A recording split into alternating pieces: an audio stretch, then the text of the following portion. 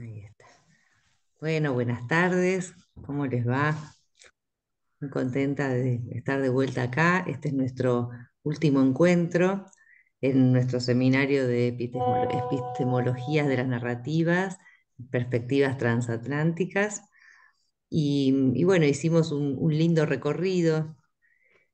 Hablamos de los giros en el primer núcleo. Después de los afluentes, de la perspectiva narrativa, vimos de dónde venían las principales referencias, ¿no? Tanto americanas como europeas. Después estuvimos viendo la cuestión de los bordes, para hablar un poco del uno, del sí mismo y del otro, ¿no? En la investigación autobiográfica.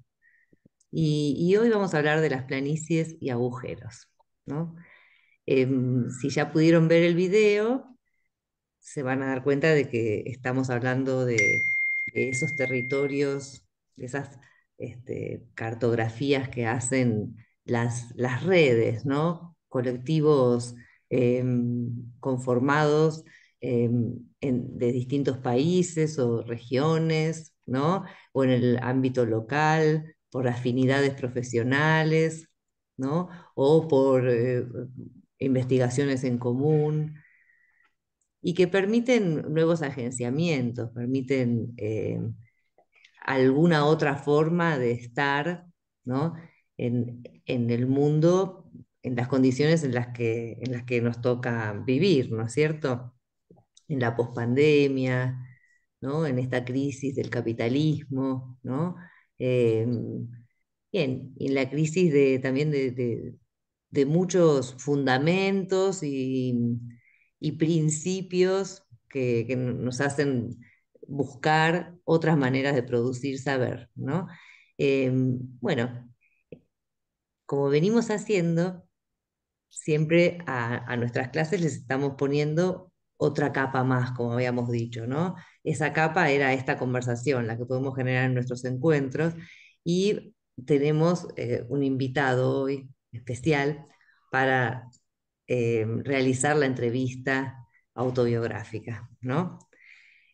Bueno, le dije a Daniel, lo invité a Daniel para que viniera, ustedes ya lo conocen, pero no sé si todos conocen a Nacho Rivas Flores de la Universidad de Málaga, así que bueno, se los voy a presentar y después lo va a entrevistar Daniel, ¿no? Y entre los dos se genera una conversación en torno de este tema. A ver,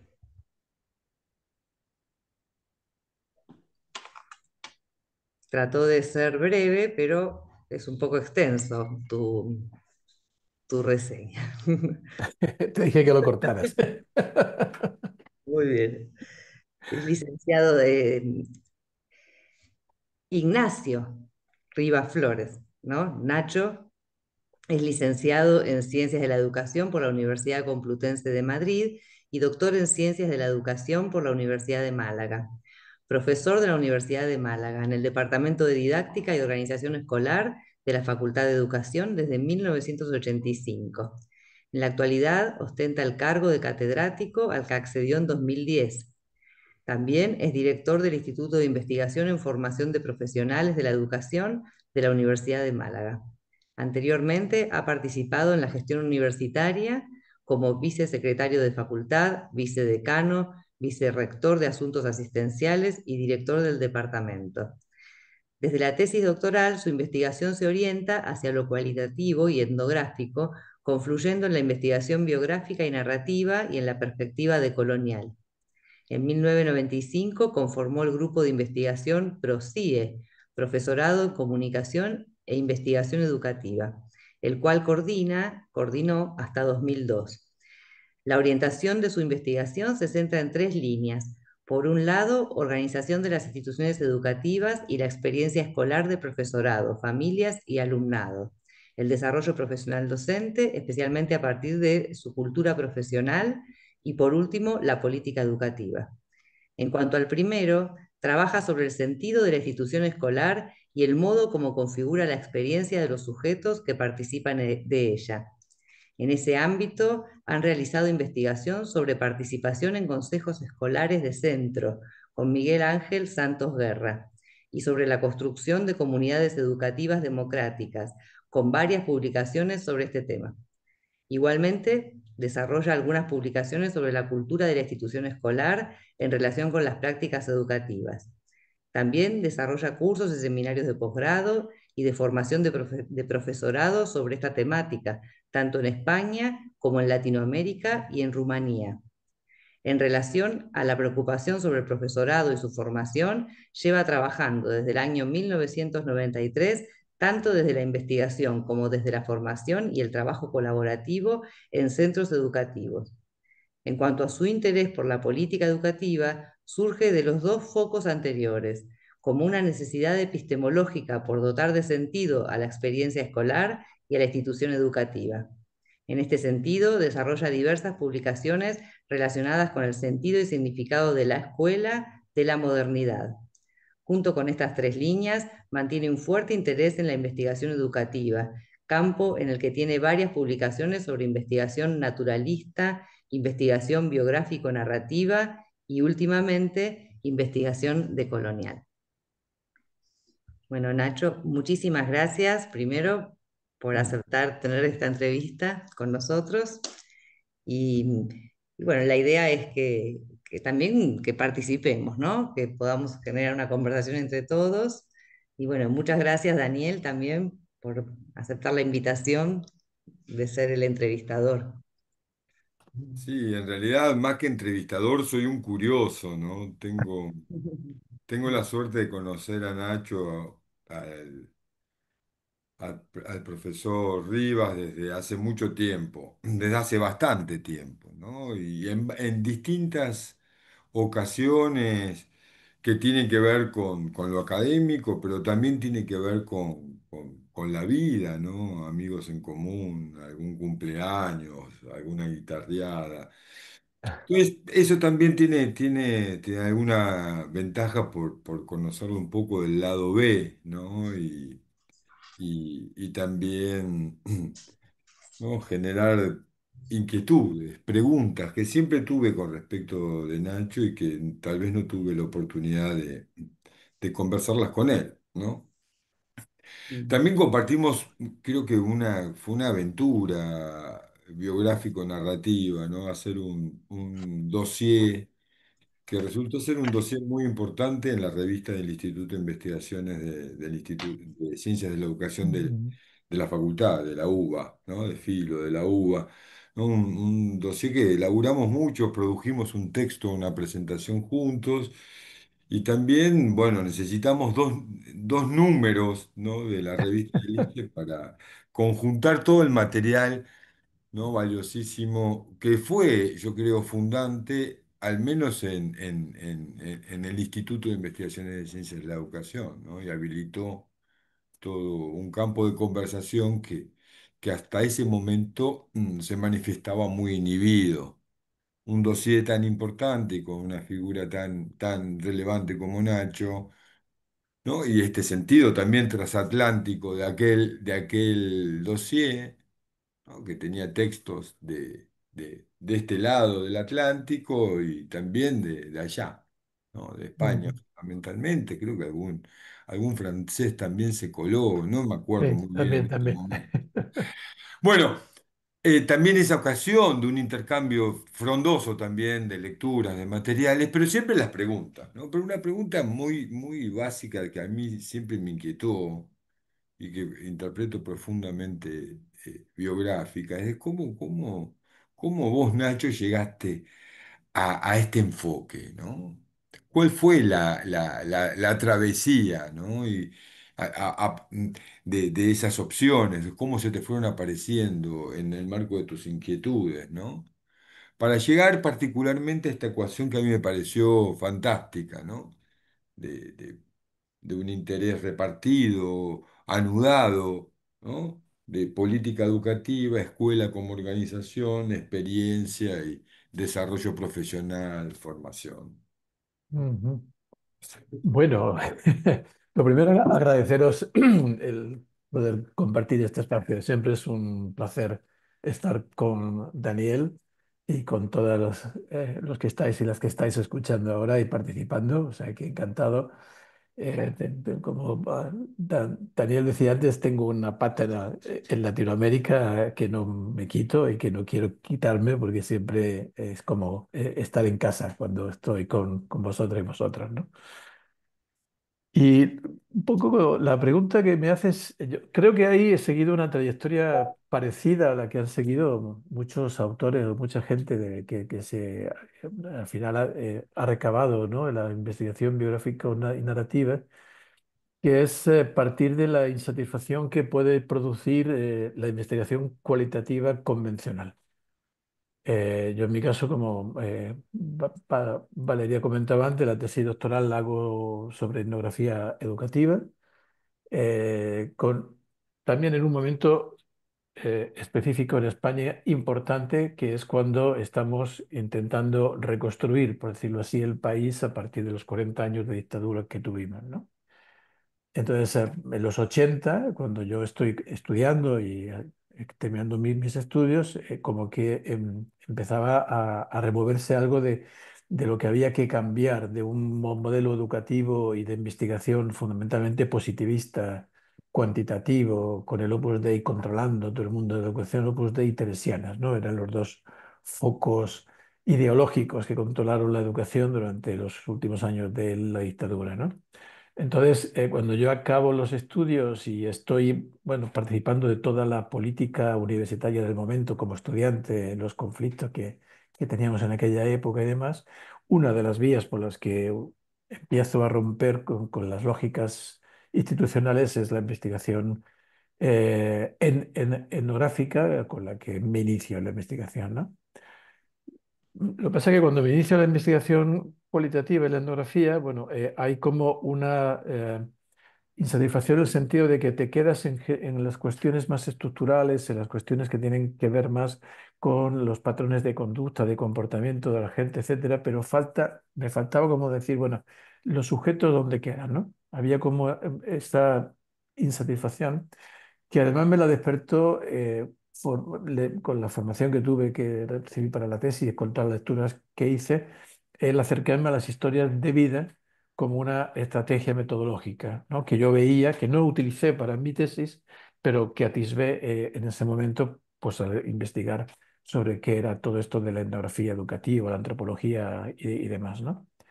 Y eso es lo que hace que cuando acabe la tesis como que empiezo a darle vueltas a por dónde continuar y por dónde ir incursionando.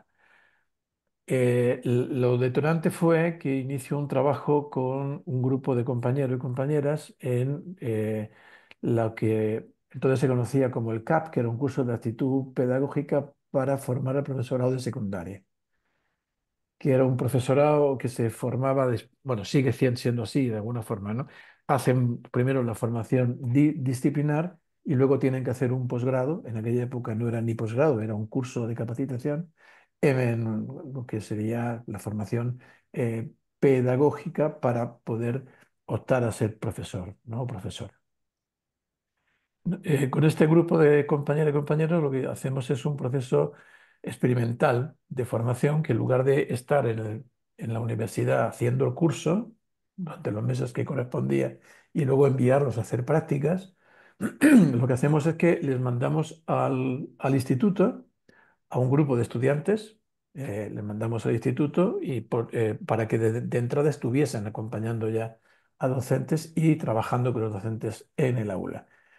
Y nosotros, por la tarde, teníamos las reuniones con estos estudiantes en el propio instituto, eh, avanzando en la reflexión sobre aquello que estaban experimentando por la mañana con los profesores. Pero al mismo tiempo iniciamos un proceso de reflexión junto con el profesorado que estaba atendiendo a nuestros estudiantes, ¿no? Y entonces, durante prácticamente 2 años, casi todos los martes, nos reuníamos para ir hablando en principio acerca de cómo estaba siendo la experiencia, pero poco a poco derivando a cómo entendían su profesión, qué les estaba ocurriendo, cómo llegaron a ser profesor y profesora, cada uno con su disciplina y sus diferencias, etcétera, ¿no? pero aquello como que fue un detonante para decir aquí hay algo más que se puede hacer, que no es solamente investigar sobre cuáles son los patrones culturales sobre los cuales se construye la profesión y demás, ¿no? Y es cuando inició en el 95 una investigación ya sobre biografías profesionales de docentes como, digamos, una continuación de esta experiencia, donde ya lo que me planteo es, bueno, vamos a trabajar ya directamente con las vidas de los profesores, que esto es lo que estuvimos viendo con el trabajo que hicimos en las reuniones que teníamos con esta gente, pero que ahí empezamos a convertirlo en una estrategia de investigación, ¿no? Y ahí fue donde, de alguna forma, ya configuré una orientación de investigación clara, desde lo biográfico en principio, que luego se fue reconvirtiendo en narrativo, en, bueno, en todo lo que historias de vida en los últimos años ya enganchando con la perspectiva decolonial como modo también de dar la salida a la narrativa desde el punto de vista de la transformación social, ¿no? Que es un elemento que me interesa de la visión de la política que tengo y por lo tanto la investigación tenía que estar también encaminada a la construcción de mundo, a la construcción de la sociedad y la transformación, ¿no? Y por ahí he ido enganchando en estos ya 30 años, ¿no? Que llevo metido en la biografía, en la narrativa como forma de investigar, pero no solo como una metodología, sino como un planteamiento ontoepistemológico y ético. Es decir, el pensar que la investigación no solamente es una estrategia, en este caso lo narrativo no es una estrategia de investigación, sino que es una forma de concebir el mundo, de concebir el conocimiento, de concebir las relaciones, etcétera, etcétera, etcétera. Y entonces como que poco a poco he ido avanzando en el proceso de ir complejizando la idea de lo narrativo para entroncarlo no solamente en el ámbito de la investigación y la docencia, que también lo practico ahí, sino como una forma de estar en el mundo, ¿no? Y eso me parece que es una posición que a mí me compromete más que simplemente pensarlo desde lo metodológico, ¿no? Sí, Nacho, a mí me llama poderosamente la atención, ¿no? Esta dimensión, tu interés por la política educativa y al mismo tiempo tu experiencia de militancia, ¿no? Hay una forma, acá en América Latina podríamos llamar una forma militante de habitar la tradición biográfico-narrativa, que no, que es una rara avis en España, digamos. Ujú, Me resulta bastante, por eso yo digo que Nacho es el más latinoamericano o el más sureño, ¿no? De los narrativos europeos y españoles, ¿no? Y tiene que ver con esta peculiaridad, ¿no? De mirar también, de tener una mirada del mundo, de ser en el mundo y de estar en el mundo política y no solamente narrativa. O narrativa a través, ¿no? Tu mención, por ejemplo, tu ujú, propia biografía, tu propia historia, ¿no? De tu militancia en la política universitaria, del posfranquismo. Yo creo que ahí se teje también una línea que puede ser leída también en términos más epistemológicos y también ontológico, metodológico, una forma de estar en el mundo, ¿no? ujú. Y hasta estético también. Y sí. Sí, y sin duda yo creo que lo narrativo nos invita a pensar el mundo y sobre todo en la educación de otra forma, ¿no? Porque a mí por lo menos me lleva a deconstruir cuáles son los patrones por los cuales la educación se está constituyendo en el mundo en este momento. Yo creo que no es una cuestión ya solamente de un estado o de otro, ¿no? Aquí estamos ya en una posición global, ¿no? Que nos está comprometiendo a todos y a todos allí donde estemos. Y que lo narrativo es una forma de posicionarse, o por lo menos nos invita a posicionarnos sobre eso, porque lo narrativo nos ayuda a pensar que yo sé, la pregunta que yo me planteo siempre, la que le planteo a mi gente y a mis estudiantes, ¿no? ¿Qué visión del mundo se esconde detrás de los relatos, ¿no? O sea, cuál es el modo de posicionarnos ante el mundo con los relatos que se nos presentan, con los que nos manejamos? que no solamente es una manifestación de algo, de alguien, ¿no? Que nos cuenta de una forma, digamos, casi que coloquial cotidiana, cuál es su vida y qué hace y demás, sino que hay una idea de mundo que hay detrás de los relatos, ¿no? Y esa es la que a mí me importa esencialmente porque es la que nos constituye. Entonces, en ese sentido, yo creo que la narrativa a mí por lo menos me invita a hacer toda una reconstrucción epistemológica del mundo a partir de cuáles son digamos, las construcciones que se están haciendo en la política actual mundial, ¿no? Y que están colocando al sujeto en lugares muy concretos y están colocándonos a los colectivos igualmente en lugares de subalternización, en lugares de marginalidad y de exclusión y que eso todo está amparado dentro de un relato de mundo muy, muy, muy concreto, ¿no? Y que está siendo hegemónico y que se está haciendo muy radicalmente destructivo, incluso, ¿no? En la forma como se plantea. Por lo tanto, lo que me interesa del relato no es el relato en sí mismo, ¿no? No es la narración que nos contamos, sino cómo estamos construyendo mundo con esos relatos y qué mundo se construye con los relatos, ¿no? Entonces, yo creo que por eso es esencialmente un posicionamiento político, porque tiene que ver con esta idea, ¿no? De la construcción de mundo que hacemos a partir de ahí. Pero creo que eso son cosas que yo he aprendido en buena parte en mis vínculos con Latinoamérica, ¿no? Y lo que, digamos, en mis relaciones con Latinoamérica, tanto Argentina, México, Colombia, Chile, ¿no? Me ha permitido, me ha ayudado a pensar sobre la cuestión, ¿no? Y romper un poco, intentar por lo menos romper con esa hegemonía eurocentrista, ¿no? En la que estamos instalados en este gran norte, ¿no? El que nos coloca en un lugar también muy, muy concreto. Entonces, por ahí Sí, ando. Entonces, sí, no, te iba a hacer esa pregunta, pero la dejo para después. Te la hago ahora, pero te la dejo para después. ¿Qué significa en términos de posición de investigador, posicionamiento, campo de interés, campo de interrogación, ser decolonial en una universidad española? No, es una pregunta genuina, te lo digo de verdad, ¿no? O sea, adoptar esa sí, perspectiva, ¿cómo se traduce? Bueno. mm, Y la otra es también el otro territorio de interrogación que a mí me parece que a vos te tracciona y te interpela en tu relato, y por lo que decís, que tiene que ver este campo de interrogación, un ámbito de interrogación que es el territorio pedagógico, yo diría. El interés por estar en la escuela, ¿no? Donde la etnografía marca su límite, ¿no? mm, También. Elsie Rockwell, dice, ¿no?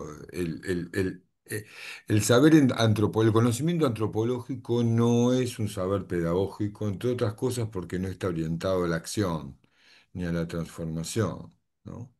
mm, Y necesariamente lo hace un extranjero, no un habitante del territorio, ¿no? Entonces ahí mm, también la narrativa autobiográfica ofrece esa oportunidad, ¿no?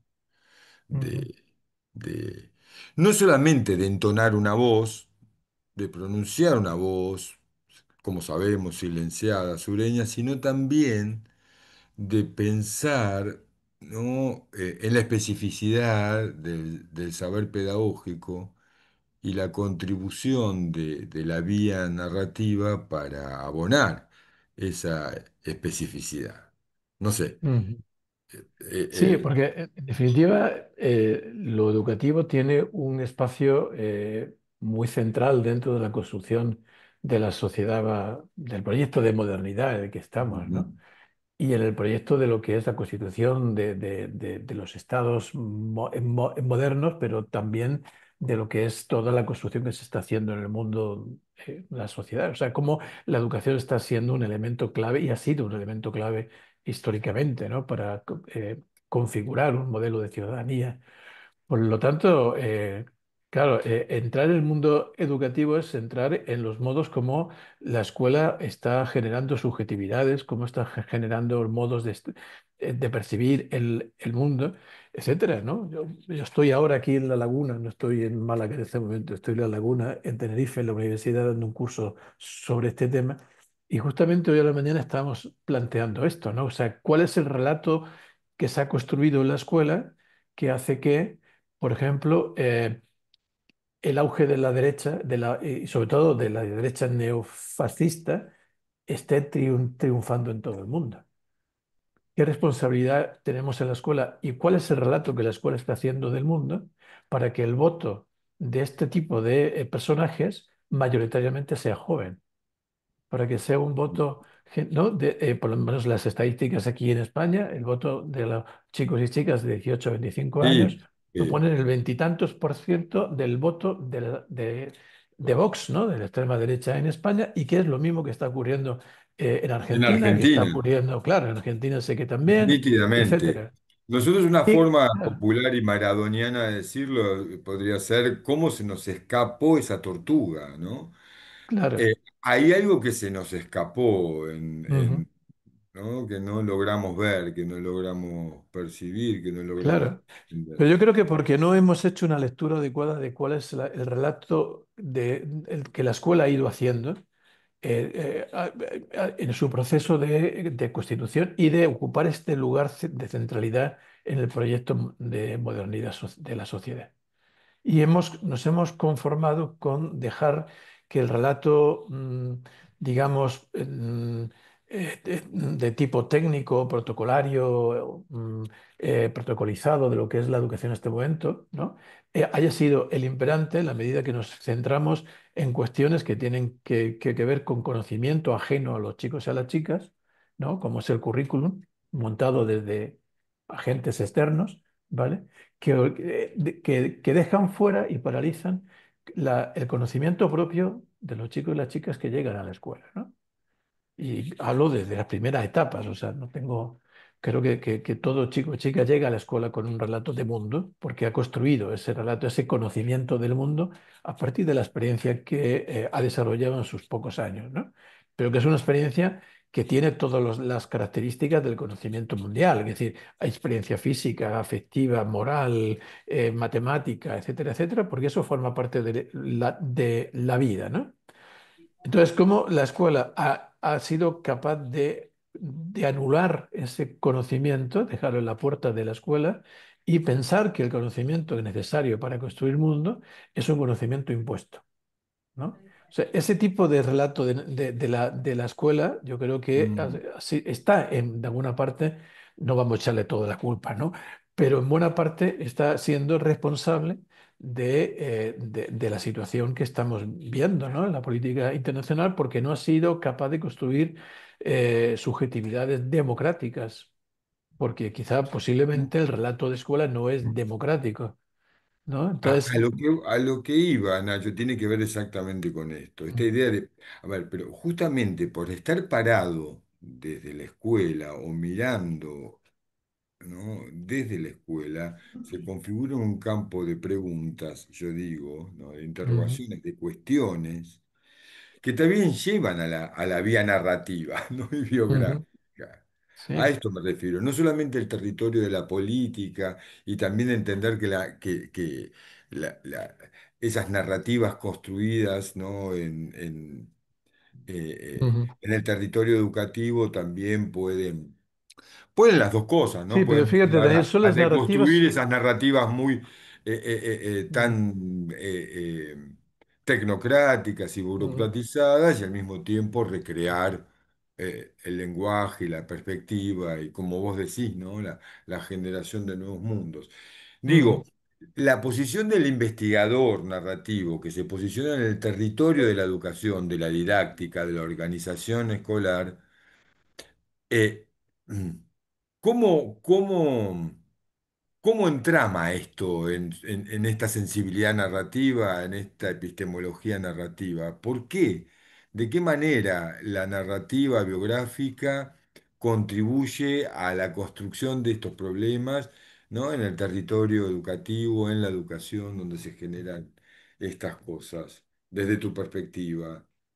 Y sí, porque cada narrativa, en definitiva, no es más que una lectura que hacemos del mundo que se construye desde escenarios concretos y particulares, ¿no? Y que la escuela y el espacio educativo es un espacio de construcción de relato del mundo.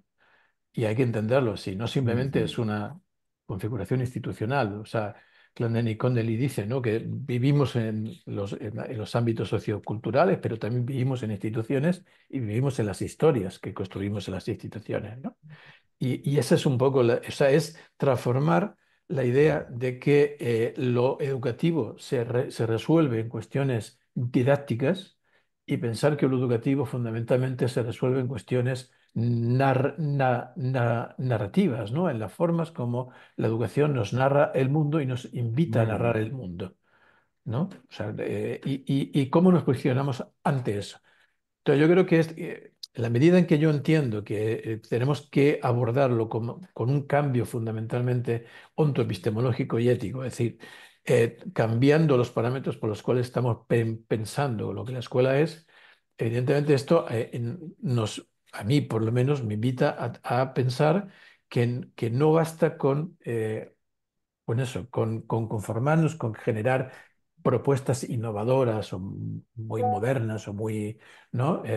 Ahora con la IA y con todas estas historias. Con esto no solucionamos lo que es la escuela, lo que es la educación en la escuela, ¿no? Sino construyendo, primero, deconstruyendo cuáles son las narrativas que están actuando en la escuela. Las narrativas que nos muestran un mundo, o sea, por eso digo, hay un mundo que hay en las narrativas y hay que descubrirlo. Pero Ujú, justamente para que esas narrativas, esa deconstrucción de las narrativas nos permita generar las rupturas necesarias para empezar a transformar la idea que tenemos de escuela. Es decir, si a mí lo narrativo me posiciona de una forma, por ejemplo, en relación al conocimiento, a lo que yo llamo la soberanía epistemológica de los sujetos, ¿no? Es decir, que todo niño, todo niño, maestro, maestra, tiene un conocimiento del mundo, tiene un conocimiento de la educación, tiene un conocimiento de los procesos que vive, que es válido en la medida que es lo que le permite participar y estar en el mundo, ¿no? O sea, un principio epistemológico para mí claro, si yo entiendo que el mundo se construye a partir de los relatos que hacemos del mundo, nuestra participación en el mundo se construye a partir de ese relato. Participamos en el mundo a partir del relato con el cual estamos construyendo mundo, ¿no? Entonces, participación y relato van juntos, ¿no? O sea, superando un poco la dualidad de teoría práctica y todas esas cosas, ¿no? ujú, No hay ujú, dualidad, es ujú, una misma cosa. Y por lo tanto, el relato es participación, es cómo estoy en el mundo y qué hago, ¿no? Entonces, desde la perspectiva esa, es lo que me permite afrontar una posibilidad de ruptura con los modos como se está concibiendo la escuela para pensarla de otro modo, ¿no? Por ejemplo, yo lo que planteo siempre en la facultad con mis estudiantes, con todas las reformas educativas del currículum que hacemos y metemos asignatura y de todo. Al final, lo que me preocupa es cuando el alumno o la alumna sale de la facultad de educación, tiene más información sobre teorías pedagógicas, metodologías, etcétera, pero no ha cambiado el relato de escuela. Con el mismo relato de escuela que entra, es el relato de escuela que sale, porque eso no pasa por acumular más información de tipo pedagógico en los 5 años o 4 años que está en la facultad. Pasa por cambiar el modo como está contándose la escuela, ¿no? Es un cambio de relato, porque si cambiamos el relato, pues, cambiamos los modos de participación en la escuela. Si yo tengo un relato de mundo basado en el racionalismo positivista, en el que el conocimiento es ajeno a mí mismo, yo voy a ser siempre un sujeto, digamos, dependiente epistemológicamente, pero eso deriva de dependencia social, dependencia, etcétera, etcétera. Y es una de las claves del éxito neoliberal y de las políticas autoritarias es justamente esa, desvincular al sujeto de su relato. El relato te lo dan otros, ¿no? Entonces, la necesidad ujú, de cambiar la escuela pasa por cambiar el relato en la cual asumimos que el relato nos pertenece. Y de ahí la idea de la soberanía epistemológica. El relato nos pertenece. Y lo que tenemos que hacer es cómo ponemos a dialogar los relatos para poder estar en condiciones de complejizarlo, problematizarlo y cambiar a partir de ahí, ¿no? Y entonces bueno, cómo pensar la escuela desde un posicionamiento epistemológico distinto. Eh, Absolutamente. Ahora, también te pueden decir, a mí me dicen, Y seguro que a mí también. me dice, bueno, sí, fenómeno, pero el relato que somos capaces de elaborar acerca de nosotros mismos también está colonizado por otros lenguajes, está habitado, ¿no? por esas formas de decir, ¿no? Que lo entonan de una determinada manera. ¿Vos cómo trabajás con los profes, ¿no? Con los Claro, docentes me imagino que en ese trabajo también de decolonización del discurso, ¿no? De las ujú. formas del decir, por decirlo de alguna forma. Claro, justamente en este modo que te estoy diciendo, entrando en lo que es la construcción epistemológica que tienen los relatos, ¿no? Y en ese sentido, el pensar siempre, lo primero, que el relato no es una cuestión individual. O sea, muchas veces nos acusan, ¿no?, de que eso de la narrativa es, bueno, generar procesos individuales, porque cada uno tiene su relato y tal, tal. Eh, yo entiendo que no, el relato siempre es una construcción que aunque uno sea quien la plantea, quien lo desarrolla, pero siempre se construye situado, siempre con contexto, y por lo tanto hay todo una perspectiva colectiva en el relato, que no quiere decir que lo colectivo sea unidad, sino que justamente lo colectivo nos permite valorar la diversidad que pueda haber en la forma como cada uno, cada una singulariza su experiencia del mundo, ¿no? Entonces, claro, lo que me preocupa en los procesos de formación, tanto con mis estudiantes como con los docentes con los que trabajo, es hacer este proceso de ir eh, dialogando sobre los relatos que cada uno, cada una ha ido construyendo, ¿no? Entonces, yo soy en ese sentido muy de Freire y creo profundamente en el diálogo como la única forma de plantearnos un abordaje educativo del mundo, ¿no? Y el diálogo es lo que nos permite hacer esto. Entonces, ¿cómo pasamos del relato individual propio de cada uno a un proceso más complejo, más tal? Pues justamente entendiendo que el diálogo entre los relatos nos permite el buscar cuáles son las grietas, nos permite encontrar cuáles son los puntos de fuga, cuáles son los puntos de encuentro y empezar a pensar el mundo a partir de cómo todos estos elementos juegan ahí y van dándonos la posibilidad de entender que más allá de lo que es la expresión misma, hay toda una construcción que estamos haciendo, ¿no?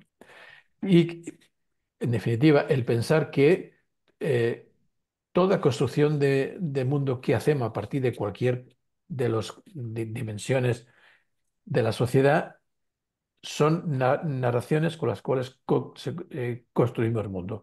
Quiero decir, la ciencia, incluso la ciencia positiva más dura, no deja de ser nada más que un relato sobre el mundo, que no es ni el único, ni el válido, ni el, ¿no? Es el que se ha configurado como hegemónico en la medida que posibilita generar ciertas prácticas de control a partir de ahí, etcétera, etcétera.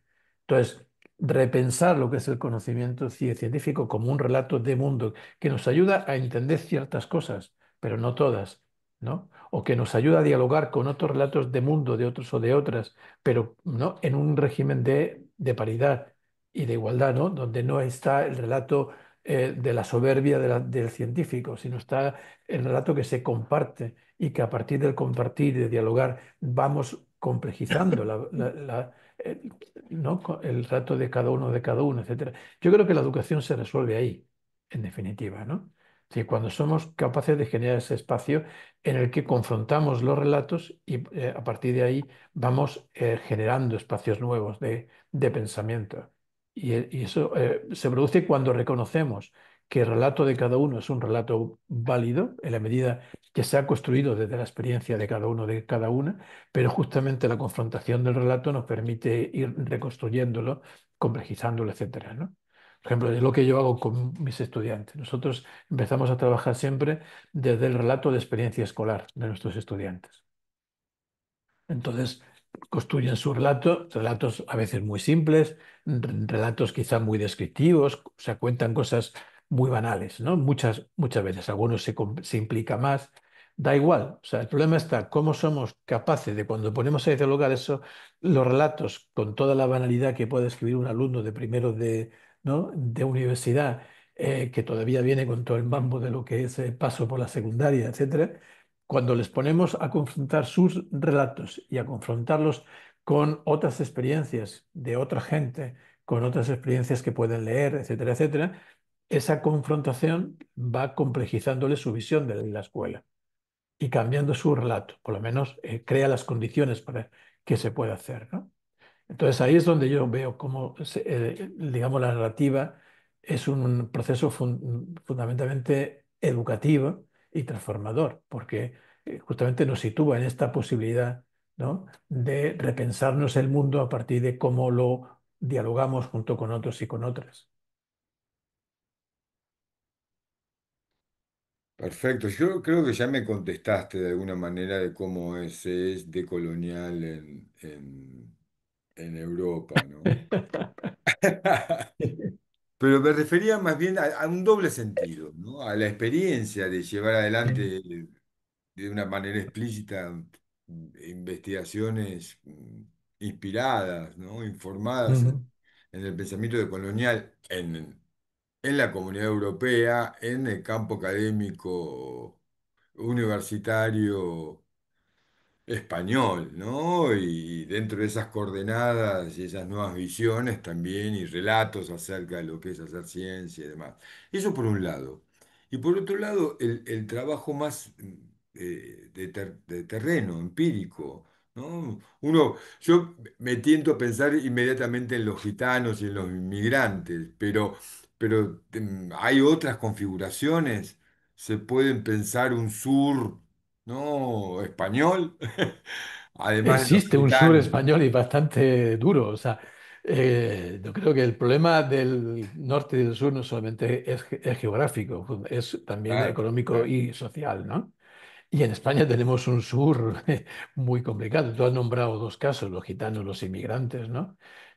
Pero podemos hablar de un sur también en el caso de las mujeres. Podemos hablar de un sur en el caso de toda, digamos, la perspectiva queer, ¿no? Que está generando una cantidad de confrontación en Europa y en España en particular muy duro. Todos los procesos de subalternización que se están dando a nivel, por ejemplo, de todo el sistema, de la configuración del sistema de trabajo, con toda la perspectiva de la uberización y la ruptura con las relaciones laborales convencionales, ¿no? Donde nos movíamos hasta este momento, que va generando precarización. Entonces, claro, hay un sur, el norte es un espacio social y político y económico que nos, digamos, nos afecta y nos somete a todo y a todas, ¿no? A una forma.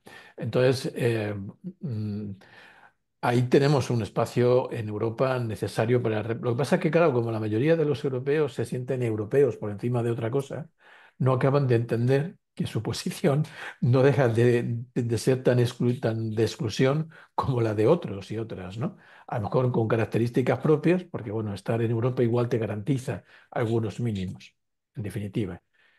No a todo el mundo, ¿no? Pero bueno, en definitiva, en términos más Mm, generales, pues en Europa, digamos, se garantizan unos mínimos, digamos, en cuanto a asistencia social, etcétera, ¿no? Pero eso no quita para que los procesos de exclusión sigan estando presentes, ¿no? Y presentes en colectivos que quizás no sean tan visibles, pero que son muy mm, claramente subalternizados en las políticas y las prácticas actuales, y que la escuela también lo reproduce, estos procesos de subalternización. Es decir, cuando generamos currículums homogéneos para todo el Estado y eh, eh, no, digamos, situamos el conocimiento educativo dentro de los escenarios diferentes en los que vivimos.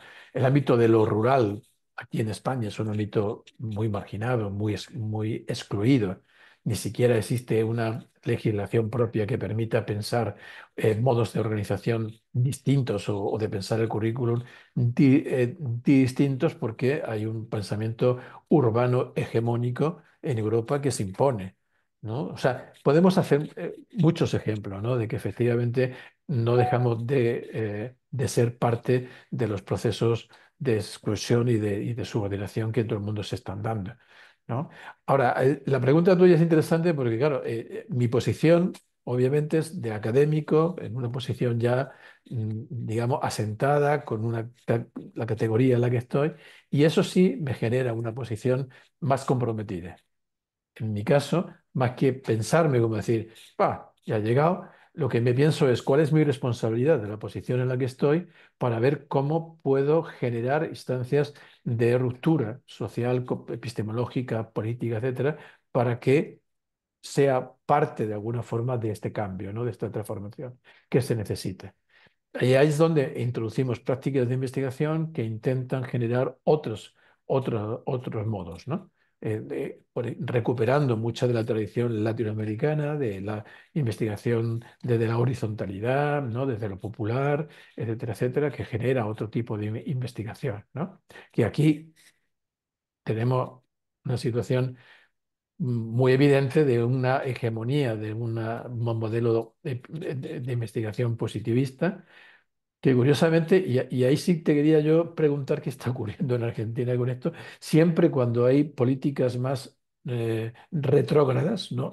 Más conservadoras, los procesos de investigación también sufren un menoscabo de las prácticas horizontales democráticas ¿no? de otro tipo. O sea, como todo lo que es la investigación de corte biográfico narrativo o simplemente cualitativo es cercenado en las convocatorias de investigación o ¿no? En las Mira, investigaciones. el ataque es tan brutal al sistema de ciencia y tecnología, ¿no? Es tan brutal que todavía no vale esa discriminación. Ujú. ¿No? O sea, que da igual, Con os afecta respecto a en la cualquier ciencia, caso. a ver, sí hay ya un marcado desdén y ensañamiento con las ciencias sociales y humanas en general, Ujú. pero todavía desdibujado frente al ataque frontal a todo el sistema científico. Ya. O sea, se Ujú. discontinuaron todas las becas, todas las carreras de investigador, ¿no? No, sin discriminar por ahora las experimentales eh, ne- Sí, sí. sí hubo algún tipo de persecución, pero más no en el campo científico, sino más bien en el campo virtual, en el campo de internet, ¿no? Cierto hostigamiento a ciertos investigadores. Pero como Ujú. la política es de financiamiento brutal a todo el sistema de ciencia y técnica, por ahora. Ya.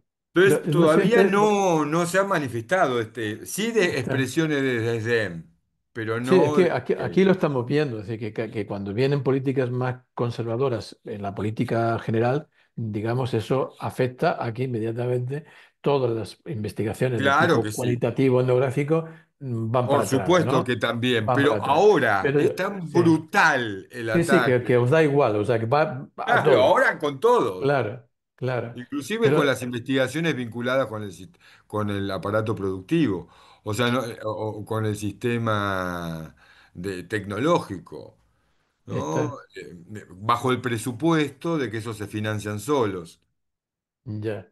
Claro, ¿no? por lo tanto, la perspectiva mercantilizada, ¿no? de la investigación forma parte de toda la política esta. Claro, y al final yo no sé si es que digamos, las investigaciones del corte nuestro, ¿no? El narrativo o incluso el cualitativo, ¿no? Pero ya si nos metemos en la perspectiva nuestra, yo creo que es sentida como amenaza. O por lo menos, ¿no? Me da la sensación de que es sentida como una amenaza, lo primero porque no se entiende, ¿no? Pero lo segundo como que eso de de poder entrar en lo personal, en este giro subjetivo, ¿no? De colocar a la persona en el lugar, digamos, de importancia, no solamente en lo que es capaz de producir como conocimiento estandarizado, ¿no? Sino que sea la persona y empoderar a la persona, que es al final parte de nuestra investigación, ¿no? Es vivido como riesgo. Yo no sé cómo lo percibes tú. A mí me da la sensación de que es percibido como una amenaza. Tiene como un reaseguro, te digo. Por ejemplo, nosotros trabajamos muchísimo aquí en el entramado en red vinculado a docentes, ¿no? Que Ujú, trabajan eh, de manera coparticipada o no, o autónoma en procesos de investigación y no tanto de innovación, ¿no? Con distintas perspectivas, ¿no? Y hay muchos que lo vienen haciendo en términos narrativos, autobiográficos, y el entramado en red es también, ¿no? Con este carácter más movimentista, más de movimiento, ¿no? Como una suerte de militancia pedagógica muchas veces ujú, o de compromiso, ¿no? Con la reflexión y, y con cierta sensibilidad, ¿no? Para documentar la experiencia escolar, para contarla y demás, ¿no? Y esta experiencia de poner a circular esa miríadas de relatos, ¿no? ujú, ujú, También, ¿no? ¿No? Provoca ciertos, estos no, ciertos colectivos, ¿no? Que lo ujú, interesante es que se construyen a partir de relatos singulares, ¿no? Esto que vos trabajabas, ¿no? Antes, ¿no? Colectivos que curiosamente no, no plantean la unidad o la homogeneidad, sino más ujú, bien que se ujú, construyen a partir de la pluralidad o la multiplicidad de relatos, ¿no? De puntos de vista, de posiciones, y también de ujú. sujetos, ¿no? Entonces es como Claro. comunidades también muy vibrantes, diría Berardi, ¿no? Como comunidades también que también resguardan, que cobijan, que no son solamente, no esto en el sentido de agujero que planteaba un poco Valeria, ¿no? Pensando en Bifo Berardi, ¿no? Esta idea de la posibilidad de tejer espacios, ¿no? Que estén construidos no a partir de las reglas de juego del mercado, de la Ujú, competencia, o esas micropolíticas neoliberales, ¿no? Que están tan instaladas, sea la socialdemocracia, o sean los ujú, neoliberales, o sean los de ultraderecha, ¿no? Hay una dimensión tecnológica también de la subordinación que no podemos olvidarnos, de la fragmentación de la experiencia y del lenguaje, de la experiencia ujú, también, ¿no? Sobre todo a partir de pandemia. Entonces, estas comunidades de interpretación, de conversación en torno de relatos, ¿no? Constituye un espacio de resguardo, de cuidado, de hospitalidad, que también se torna al mismo tiempo político y muchas veces también invisible, ¿no? ¿No? Invisible, en el sentido de que no se no se los termina de percibir como peligro. Después todos están conversando sobre sus relatos, digamos, ¿no? Están charlando entre sí sobre lo que hacen. Pero hay ahí también una dimensión a explorar, que acá estamos trabajando bastante, ¿no? También para darle una perspectiva cartográfica a la narrativa, ¿no? A la posibilidad ujú, de que esos relatos también nos cuenten los territorios educativos de otra manera, ¿no? Y que esa pluralidad y esa multiplicidad se pueda, ¿no? Construir también como una posibilidad diferente también, ¿no? ujú, No ni exhaustiva, ni sistemática, bueno, usando el viejo lenguaje, top-down, ¿no? Sin esa lógica, sino más bien abriendo espacios de deliberación, de conversación. Y ujú, yo estoy de acuerdo contigo que hoy la escuela, la organización escolar no es pregnante para este tipo de cuestiones, más las redes que se pueden construir, al menos acá en el sur, ¿no? En América Latina, en los bordes o lo que queda de los bordes de esas instituciones, escuelas, nosotros venimos trabajando con escuelas normales, no solamente de Argentina, sino también de México. ujú, pero también con comunidades, escuelas normales de la ciudad, grupos colectivos de docentes, sindicatos, en un ujú, entramado muy diverso, ¿no? Esto creo me parece que lo que planteaba Valeria con la idea de la red, ¿no? Como ujú, entramado y también como forma de organización social y técnica de la producción, circulación y recepción del saber, ¿no? Como una opción que yo no creo que sea, que pueda ser habilitada tan solo en el campo académico, ujú, sino en otros territorios, ¿no? En otros territorios, donde lo académico también puede, puede terciar, y también lo académico ujú. es un campo de batalla. Yo me acuerdo con Luis Porta, que es lo debes conocer, ¿no? Sí, sí, Es hemos coincidido alguna vez. o coordinador de este doctorado, y amigo, y compañero de luchas también. En un momento los dos estábamos en una comisión del CONICET, ¿no? Éramos él por Mar del Plata, yo por la ciudad de Buenos Aires. Éramos dos investigadores biográficos narrativos en un grupo de 8 evaluadores que evaluaban ingreso al CONICET o becas doctorales o postdoctorales, no me acuerdo muy bien. Entonces yo le decía, mirá, estamos haciendo ranchos, digamos, ¿no? Y generando habilitaciones que de otra forma no hubiesen sido Ujú, posibles. ujú, Pero no creo que ahí se dirima gran parte de esta discusión, ¿no? que traen las redes, sino tal vez justamente en el espacio entre la universidad, las escuelas, el movimiento pedagógico, no sé, en ese lugar ujú, entre, donde no se es puramente universidad. ujú, Nosotros ujú. tenemos la trampa de la extensión universitaria, ¿no? Eh, em, que nos permite ese tipo de habilitación, de territorialización de nuestro trabajo, ¿no? Y Ujú. también una forma de militancia, lo que llamamos integralidad de las prácticas.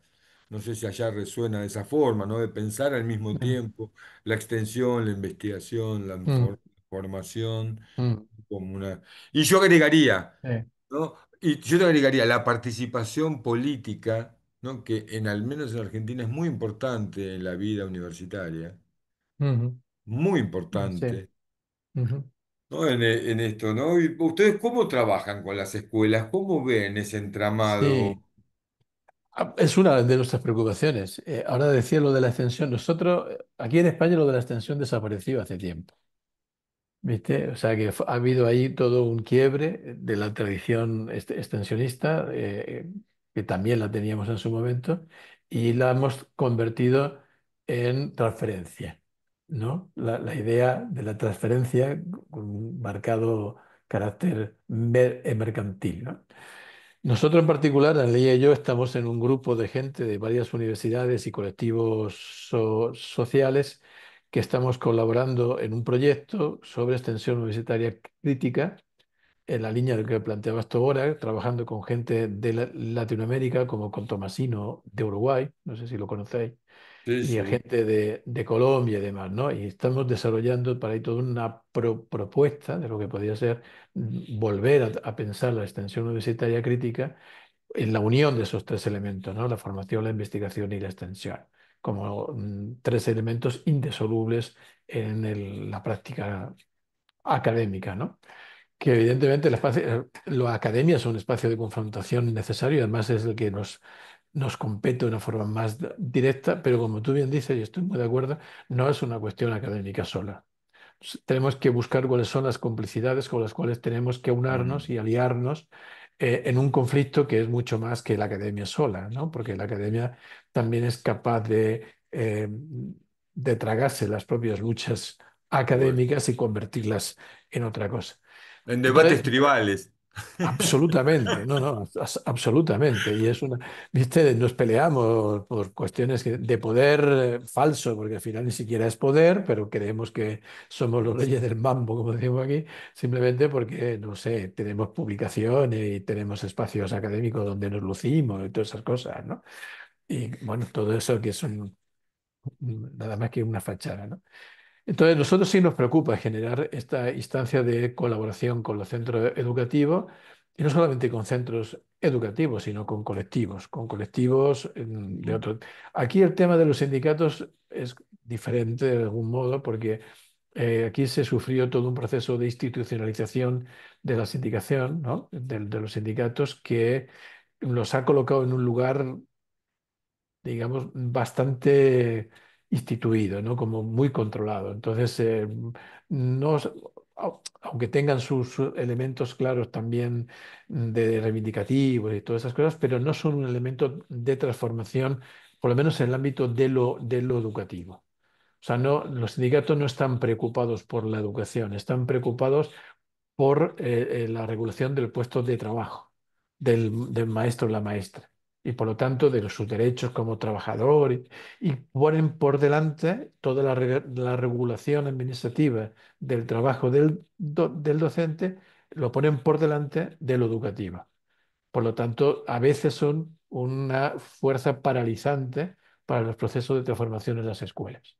Y lo digo con todo el dolor, porque los sindicatos, digamos, siempre han sido un elemento revolucionario, un elemento esencial en la construcción, ¿no? Del movimiento obrero y de su sentido. Sí, Yo, o sea, pero me parece que es que hay que revisar algunas de las cuestiones, por lo mira, menos en España, ¿no? que es una peculiaridad muy argentina, ¿no? De sindicatos que se dedican a la formación pedagógica, Ujú. que se dedican también a la investigación, ¿no? Sí, no, eso es, aquí en Es, España no se entiende es eso una Sí, sí, peculiaridad, sí, pero sí. también muy tensionada por esta otra posición más Ujú, reivindicativa y política de ujú, los sindicatos, ¿no? Que claro. tienen una organización muy espejada a la organización estatal, ¿no? Ujú, Vinculada también a puestos, categorías muy firmes, ¿no? ujú, Que muchas veces pueden poner en tensión, ¿no? Ciertos criterios metodológicos de horizontalidad, de responsabilidad tal cual. metodológica. Ujú. No, eso se pone en tensión, sin lugar a dudas, pero es Sí, innegable sí. que en Argentina hay el sindicalismo docente en Argentina siempre, desde hace bastante tiempo, Ujú. estuvo preocupado en tensión inclusive comprometido con el movimiento Sí, sí, pedagógico, sí. como en Claro. Colombia un poco, ¿no? Con la Sí. historia del, del movimiento pedagógico colombiano, que Ujú. fue impulsado por el sindicato, hasta que el sindicato, como decimos acá, reculó en posiciones más reivindicativas de defensa de puestos de trabajo, que entre Ujú. paréntesis comenzó a estar mucho más amenazada, ¿no? Ya, ya, Pero ya. bueno, son procesos Pero históricos. bueno, sí, sí, efectivamente. Pero lo importante de la pregunta que me hacías es justamente eso, cómo desde la academia somos capaces no de ir con un afán redentorista a la escuela, sino con un afán más dialogante. Cómo generamos espacios de diálogo que nos permitan construir juntos y juntas cuáles son las transformaciones educativas que necesitamos, ¿no? Porque en el académico tenemos la tentación siempre de ir con el proyecto de lo que tiene que ser la escuela. Sí, Y más decimos, no, como nosotros hemos estudiado, y ahora no sé allá en Argentina cómo está el tema, pero aquí estamos con las evidencias sí, bueno, está científicas, ¿no? comenzando. Las evidencias científicas, y todo parece que tiene que estar fundamentado en evidencias científicas, sin entender que la ciencia es diversa, es compleja y a veces, digamos, es paradójica. Bueno, pues parece que aquí la evidencia científica no es más que una grande y libre, no hay otra. Entonces estamos en esa confrontación donde las escuelas se ven relegadas, se ven subalternizadas muchas veces, porque no se les permite tener ese espacio de diálogo sobre los procesos de reconstrucción de su propia profesión o del espacio escolar, etcétera, etcétera, ¿no? Y en ese sentido hay como una tensión con la academia, ¿no? Que suele ser muy depredadora, ¿no? Que acude a los centros a recabar información, para luego hacer sus cosas y su investigación. Entonces, nosotros estamos intentando darle una vuelta a eso, ¿no? Y hay dos elementos. Bueno, uno con el que nos comprometemos mucho, que es cómo generamos vínculos con las escuelas que nos permitan generar un espacio de diálogo para avanzar en procesos de cambio y de transformación, etcétera, etcétera, ¿no? Y eso para nosotros es importante. O sea, no es cómo voy a las escuelas a ver cómo investigo con ellas o sobre ellas, sino a ver cómo voy a las escuelas para ver cómo creamos espacios de colaboración. Y entonces incluso lo estamos haciendo con nuestros estudiantes a la medida que los mandamos a colaborar, plan de voluntariado dentro de nuestras asignaturas, a colaborar con los proyectos educativos de los centros. O sea, no van para llevar un proyecto educativo nuestro, van a colaborar con los proyectos educativos de los centros.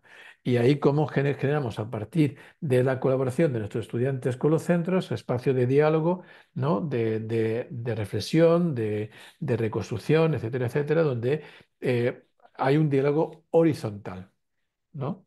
Entonces, ahí llevamos ya años, vamos a cumplir ya 15 años que empezamos a trabajar con esta perspectiva con los centros educativos de primaria y secundaria, fundamentalmente de primaria, pero hay algunos centros de secundaria con los que también estamos, ¿no? Y entonces la investigación surge de ese tipo de vínculo, donde dialogando con los centros, con los proyectos que nosotros tengamos que elaborar porque hay que presentarse a las convocatorias y sacar financiación y todas esas cosas, pero son reconstruidos los proyectos en diálogo con los centros educativos. Igual el proyecto mismo ya tiene un planteamiento claro, ¿no? De construirlo junto con. Evidentemente, luego hay que venderlo dentro de las instancias donde hay que presentarse. Sí, sí, claro, O sea que somos muy claro, claro, conscientes de claro. eso. La Pero clave yo creo está que en no gran parte de, dejarnos controlar por eso. claro, yo no sé, allá creo que me parece que está mucho más estabilizado, más consolidado ese el modelo. Acá todavía había fuertes disputas y inclusive posibilidad de incluir estos temas de la coinvestigación, por ejemplo, en la agenda de la investigación académica. Al Ujú, menos como una posibilidad de debate, no como una posibilidad. De hecho, en mi proyecto UBASIT, ¿no? En el legitimado, en el sistema, integrado del sistema científico, muy bien calificado y demás, explícitamente, ¿no? Se plantea la investigación junto con, aunque la ujú, responsabilidad de publicación y demás, también la asumimos nosotros. Y ahí ya. también nosotros construimos esta idea de horizontalidad de una manera dialógica también. ¿En qué Ujú, sentido? No como simetría, por supuesto, ujú, pero sí como esta pretensión de fusionar horizontes y expectativas, ¿no? Tal vez las escuelas, los docentes de generar memoria pedagógica, de construir, ¿no?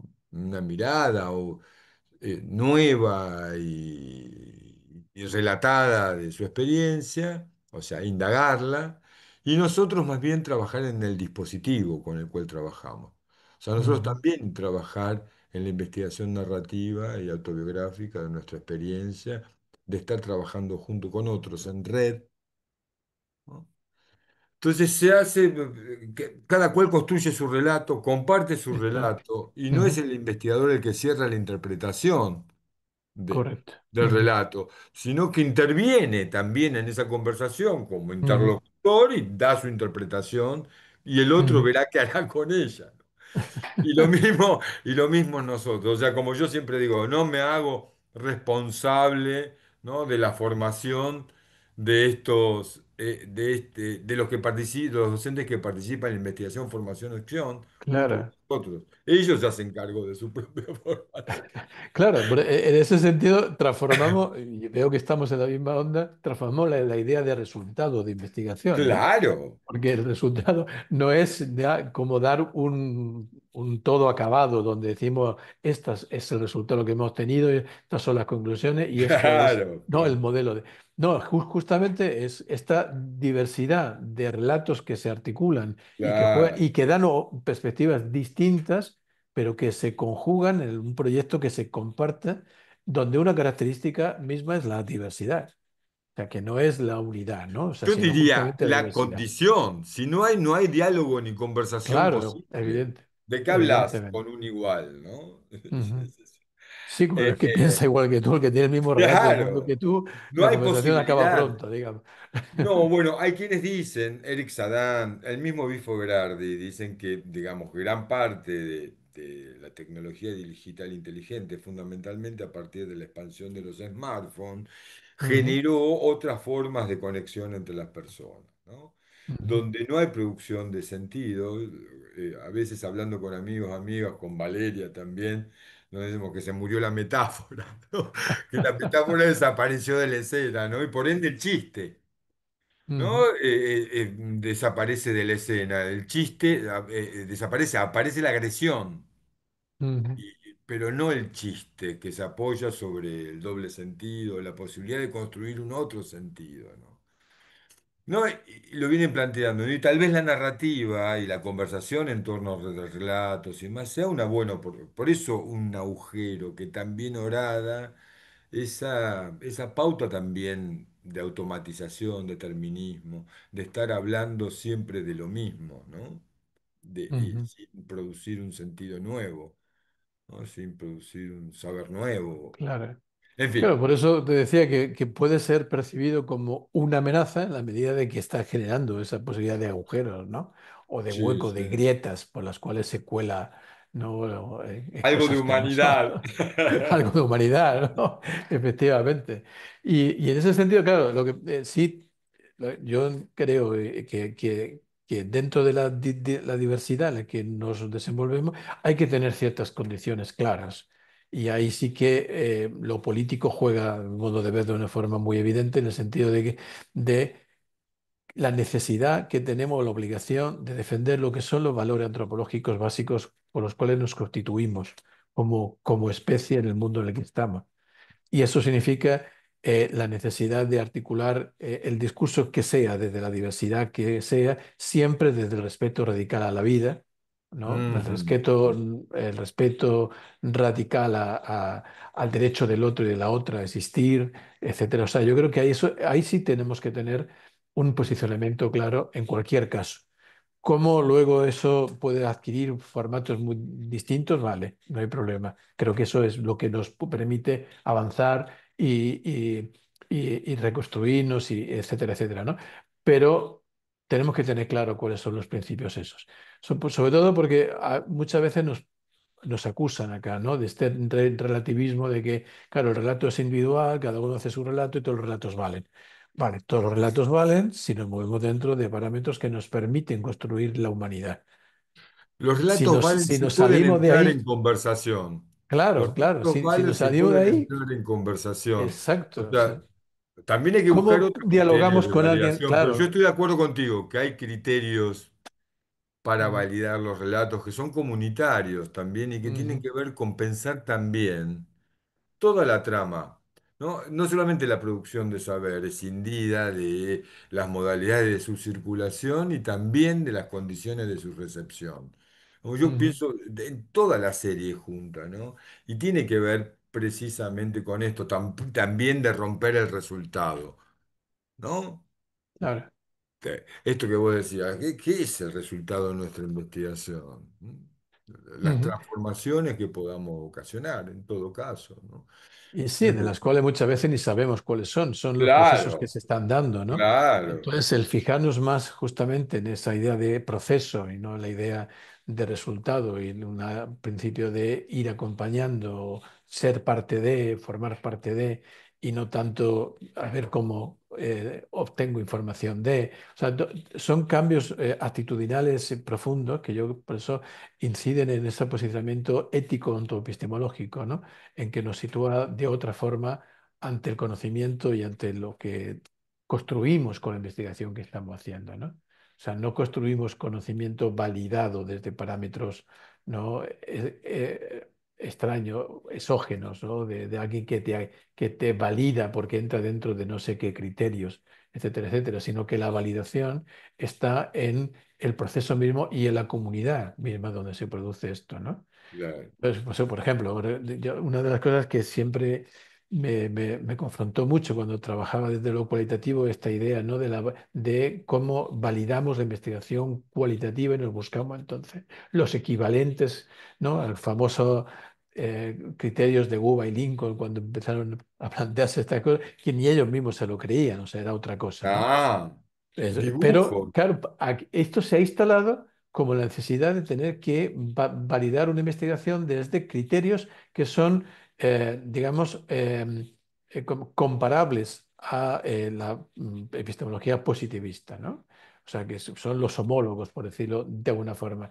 Y nosotros tenemos que reconstruir la validez de nuestra investigación más desde el sentido que tú decías antes, ¿no? El sentido para la gente, para la comunidad, para la sociedad y ahí es donde tenemos que validarlo. No es una validación que tenga que ver con este tipo de estrategias, ¿no? Absolutamente formales y que aluden a criterios que no tienen que ver con la relevancia y con la significatividad o el sentido que la gente necesita para ir construyendo el mundo, ¿no? Entonces, ahí tenemos que hacer un cambio muy fuerte porque sí que ahí nos topamos con elementos de la academia bastante duros, ¿no? En este sentido. Y pensar justamente que, la validez de lo que estamos haciendo no está en criterios externos, sino justamente en la comunidad, en la gente, ¿no? En el sentido que le pueda dar ¿no? Yo todo lo que trabajo que tú haces, que a mí me resulta alucinante todo el despliegue de relatos que hacéis, ¿no? De narrativas, de práctica docente, me parece impresionante. Y justamente ahí no hay un criterio que yo entienda, ¿no? Que se diga, bueno, como esto, luego lo organizamos, lo estructuramos, lo tipificamos de ningún modo, sino como el encuentro de los docentes hablando de sus Claro, relatos va construyendo el sentido, ¿no? De lo claro. que, del valor que tiene eso, ¿no? Entonces, ahí estamos generando Es que no otra soportan catálogo, pedagogía. Nacho. No, no, no, claro, evidentemente.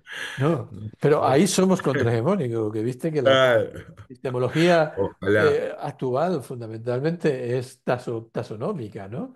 Entonces, Claro. Si no lo entonces, metemos en una caja, no existe. ¿Entendés? claro. Bueno, siempre Sí. es tan interesante hablar con Nacho, ¿no? Y la verdad que ya estamos siendo la hora.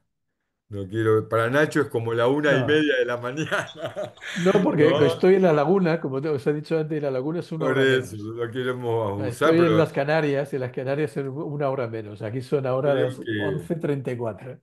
Bueno. Estoy Creo en buena hora que, todavía. que es un Bien, material bien. fantástico, ¿no? Sí, sí. Porque Bueno, entremezcla lo biográfico, lo político y lo epistemológico, ¿no?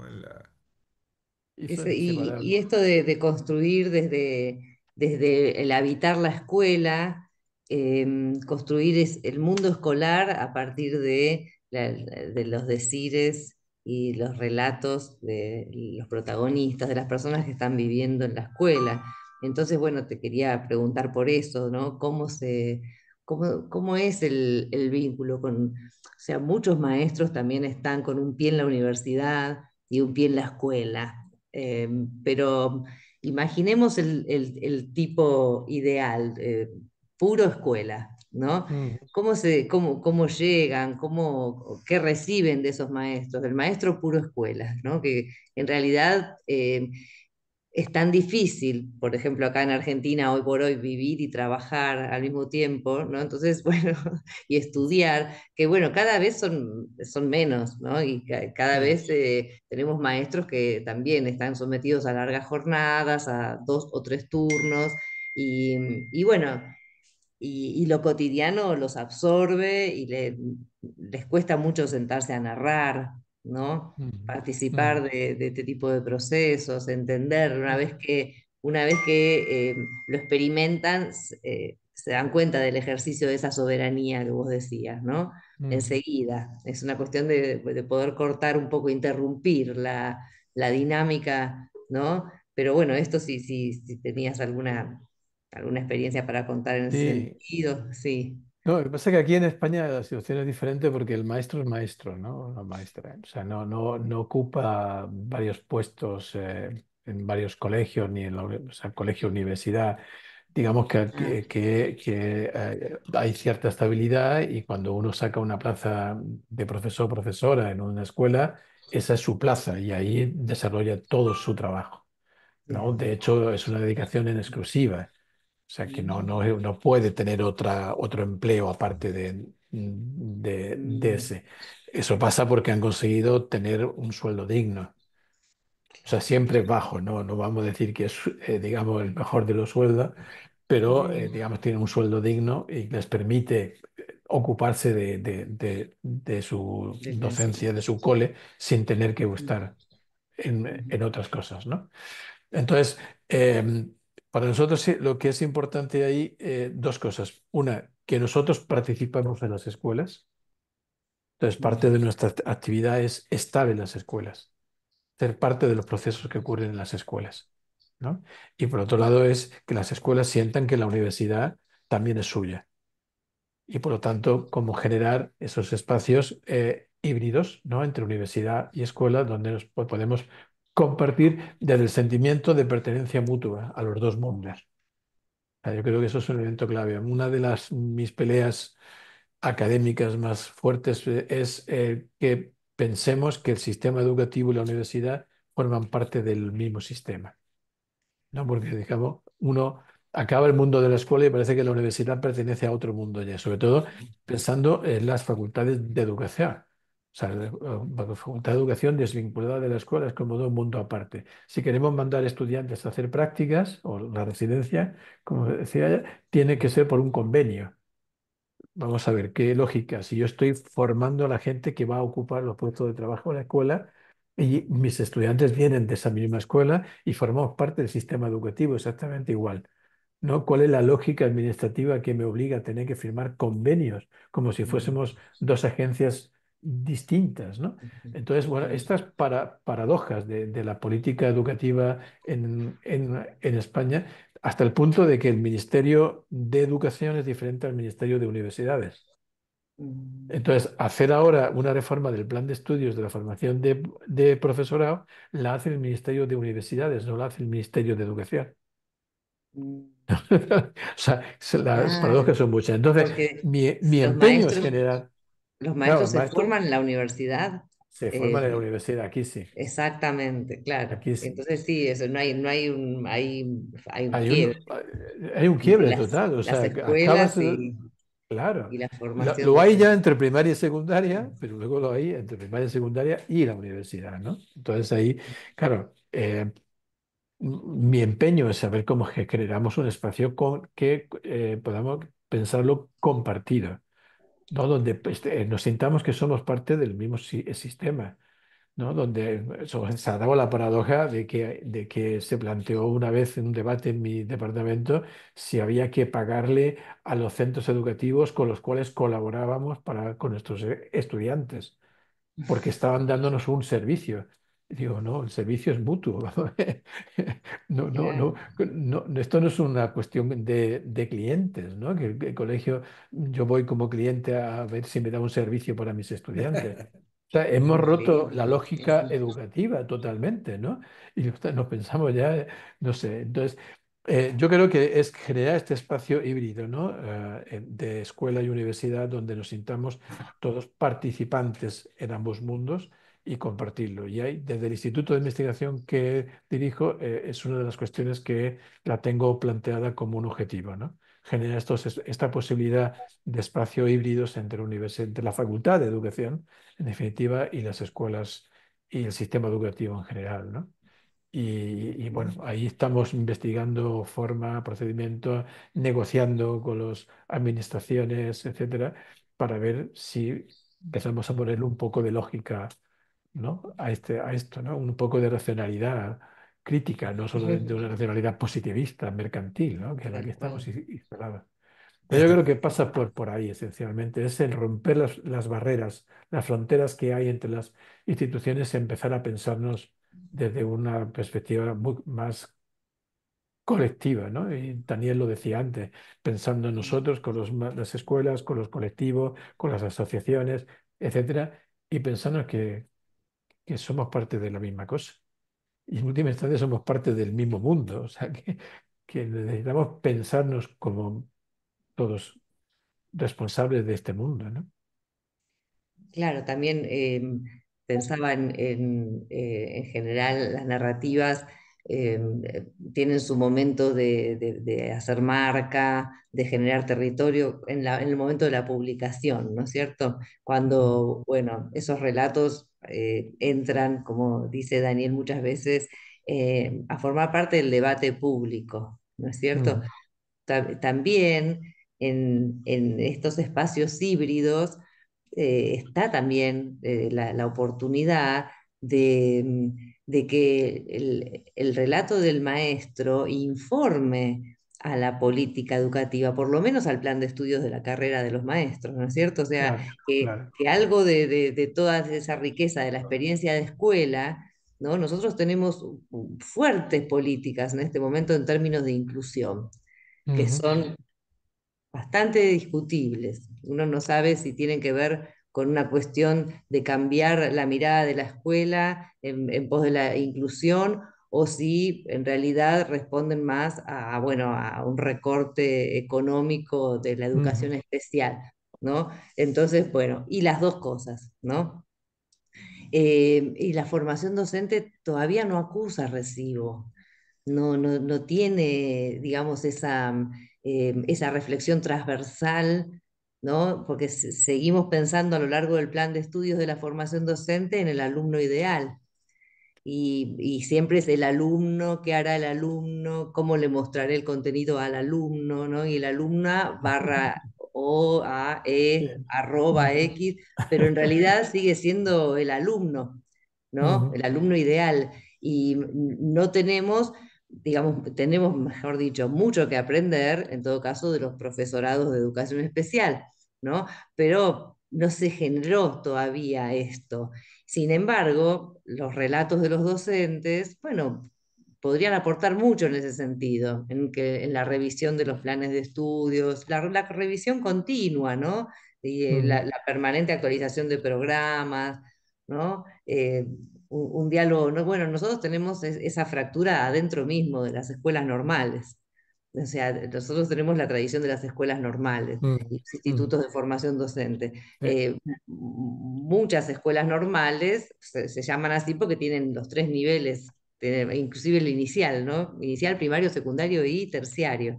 Y aún ajá, así, el terciario no te digo que firma un convenio, pero más o menos lo mismo para poder mandar a unos practicantes, ¿no? Al secundario o a la primaria, ¿no? Bueno, también están los institutos superiores que tienen sus escuelas asociadas, y sí, son instituciones distintas y ujú, no dialogan tanto, y no quisiera que se produzca una oportunidad de transferencia, pero no están tan dispuestas tampoco las escuelas en el sentido a que el instituto o el nivel superior de la escuela normal les informe cómo tienen que trabajar o les traiga las innovaciones de los nuevos maestros. O sea, no es tan sencillo, ujú, no es tan claro, sencillo. El, el- sí, el- de alguna se con- forma, el relato ujú, lleva no sé cómo decirlo, la neutralidad, por decirlo de alguna manera, ¿no? La neutralidad del que fue testigo de algo que le pasó y lo está ujú, contando, ¿no? Y que el que escucha haga lo que le parezca, ¿no? Con ese relato, ¿no? O cuente el propio mejor, ¿no es cierto? Como ujú, que ahí se genera una oportunidad de intercambio a partir del dispositivo de la narrativa, ¿no? ya está, ujú. Pareciera. Mm. Tal cual, sí, sí, yo creo que ahí estamos, y eso es parte de lo que nos mueve, ¿no? Lo que nos incita a seguir en el camino este. Porque yo creo que nos ayuda a pensar lo institucional, lo social, lo educativo, lo político de una mirada distinta que justamente supera esta idea eh, clasificatoria ¿no? de instituciones que funcionan por separado, ¿no? Que hacemos discursos corporativos que tienen que ver con ocupar falsas posiciones de poder, en definitiva, donde cada uno se hace fuerte en su espacio porque es una forma bueno, de dar sentido, de darse un sentido desde ahí, pero no un sentido para la construcción social, ¿no? Entonces, en la medida que nos atrincheramos dentro de las instituciones como un parapeto para enfrentarme al mundo, claro, ahí no hay diálogo, ahí no hay posibilidad ninguna de generar posibilidades de transformación. Entonces, claro, esas narrativas institucionales hay que darle vuelta, hay que deconstruir cuáles son ¿no? los componentes por los cuales se está construyendo de esa forma y qué mundo se construye con ese tipo de narrativa y a dónde nos conduce, ¿no? En definitiva, y pensarlo desde ahí. Entonces, bueno, hay mucho trabajo que hacer en ese sentido. Vosotros con vuestros institutos de formación o los normales, nosotros con la universidad, bueno, cada uno tenemos que irle dando una vuelta a la cuestión, ¿no? Pero yo creo que además en el modelo de sociedad que se ha construido la modernidad, ¿no? Con esta idea tan eh, ¿no? de diferenciarnos, de generar instancias de diferenciación, Sí, no de diversidad, ¿no? Sino de no, diferenciación.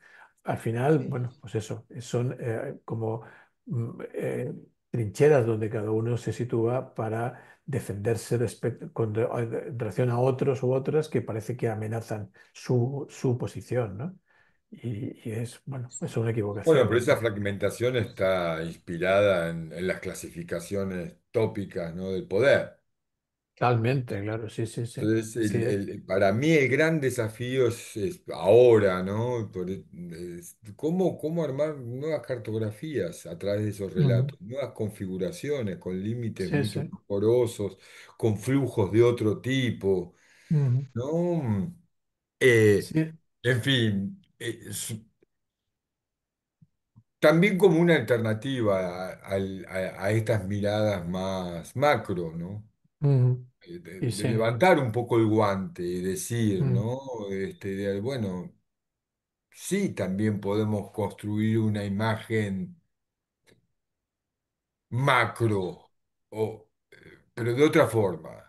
ujú, No a sí, partir de esas clasificaciones que muchas veces también las ciencias sociales, como vos decís, la investigación cualitativa también ha cuadriculado el mundo, ¿no? sí, Y en totalmente. Ha el sido un medio se le espacio muy escapa, y colonizado, en el ¿no? medio se le ha escapado tortugas, en ese sentido, ¿no?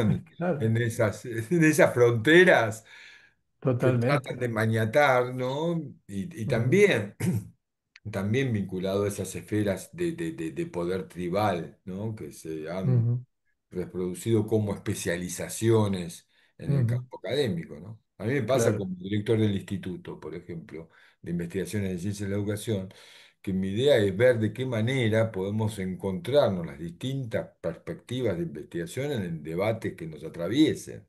Ujú, Porque los historiadores tienen sus propios congresos y sí, discuten entre ellos, mm, pero tal vez las discusiones de los historiadores nos vengan bastante bien, ¿no? Para pensar ciertas cosas, ¿no?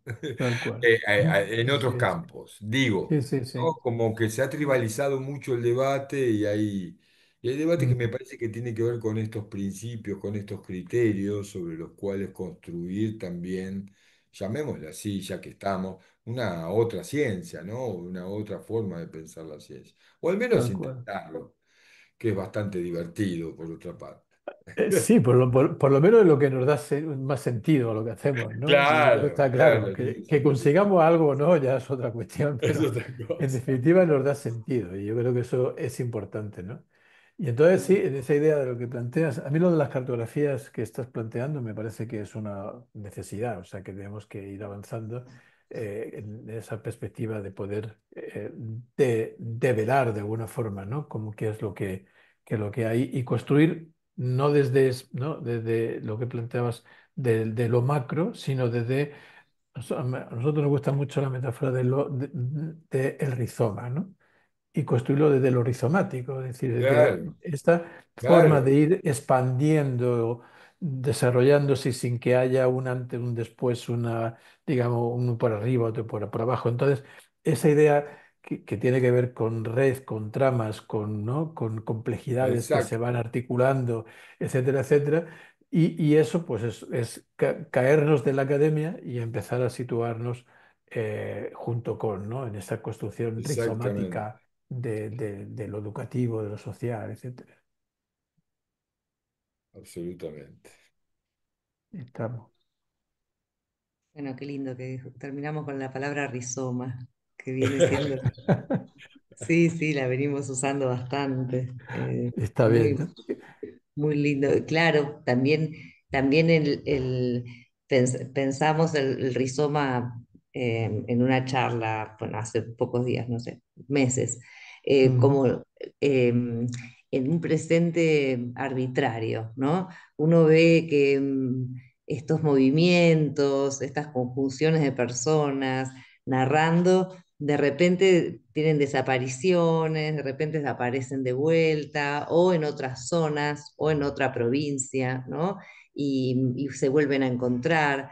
Entonces, ujú, si uno lo piensa todo en tiempo presente, si nos salimos del tiempo y miramos el mapa, vemos Latinoamérica bastante, ¿no? En red, ¿no? Inclusive con líneas, con haces hacia España, Francia, ¿no? mm, Portugal, bueno, por Brasil ni hablar. mm.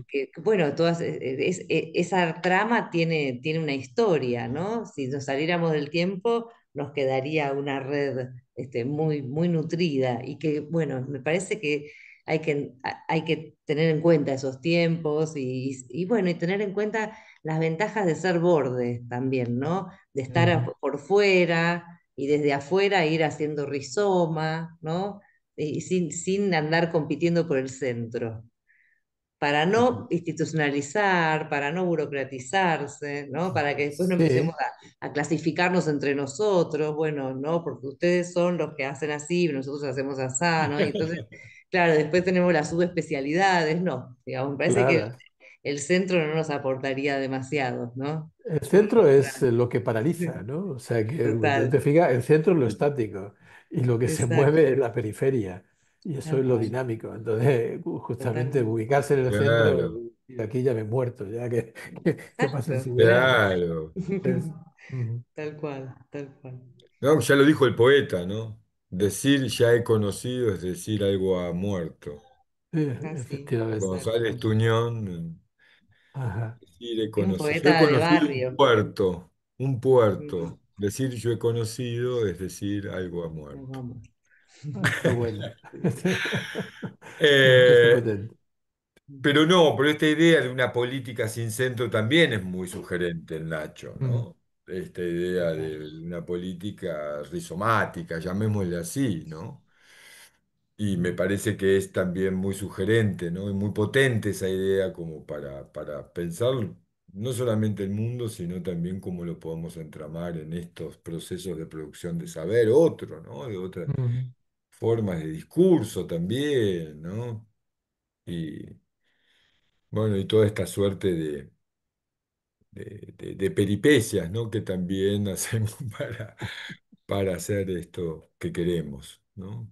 Sí, tal cual. Yo creo, Nacho, desde mi perspectiva, que es esta idea de que no lo puedo hacer ya de otra manera, ¿no?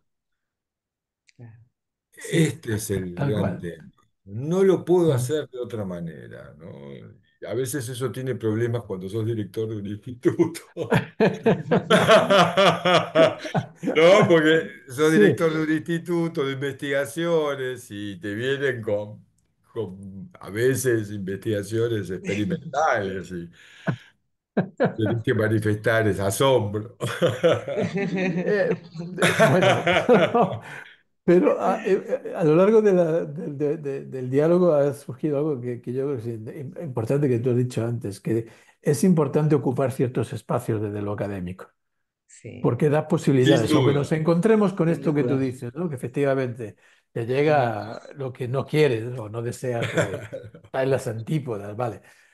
totalmente. Pero buscar los puntos de encuentro que pueda haber, o por lo menos el respeto que podamos encontrarnos desde una posición de diálogo entre todos Mm, ellos, ¿no?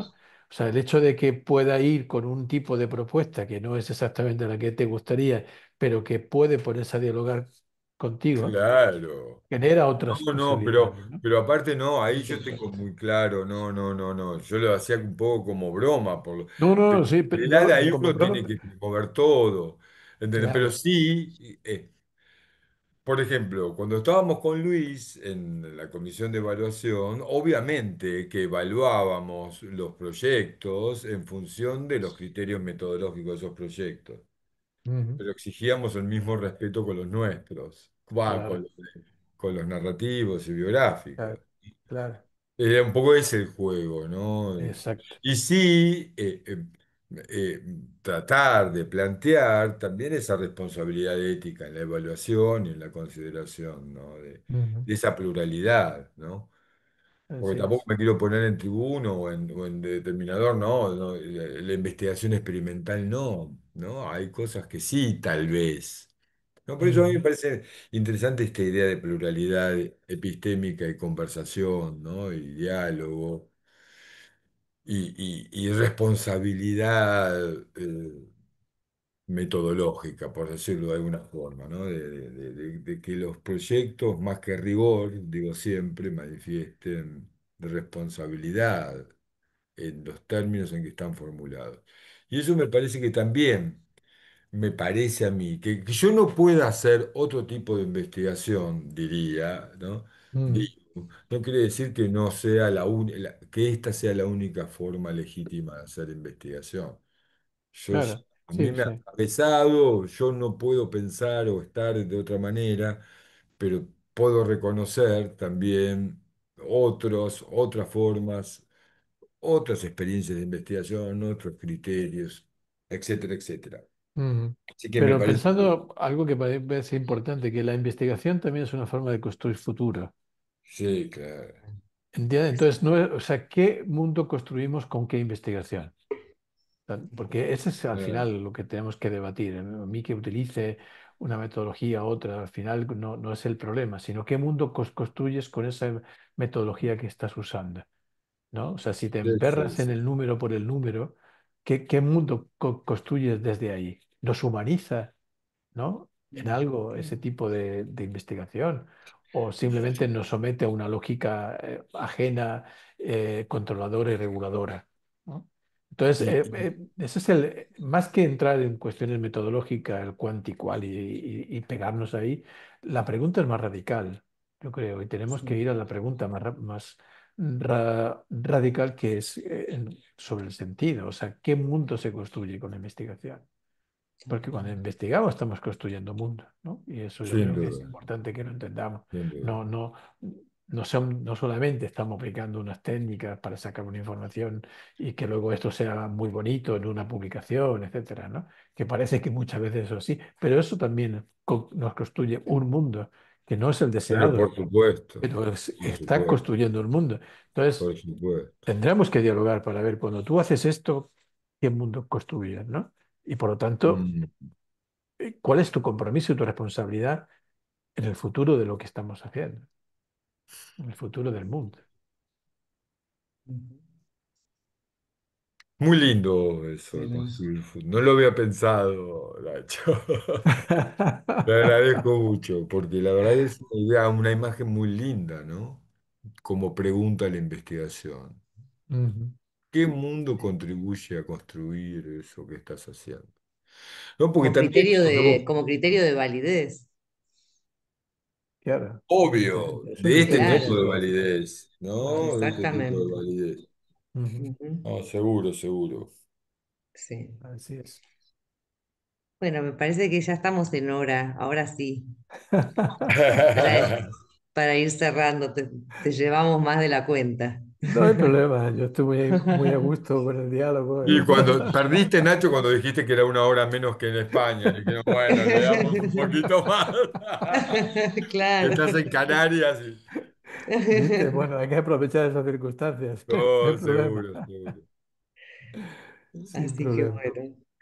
Bueno, podríamos abrir a ver si hay alguna pregunta más de Solar, Claudia, Susana, Alicia, algún comentario, algo que quieran compartir de esta charla o de otra que quieran compartir.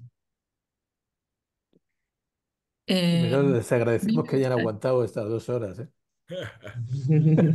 Yo me la pasé bomba.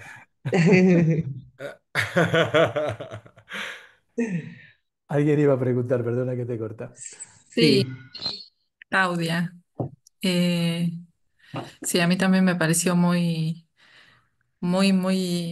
valiosa la conversación. Les agradezco mucho. Yo me quedo con esta idea de cuando dijiste, Ignacio, el respeto radical al otro como existencia posible y concreta, ¿no?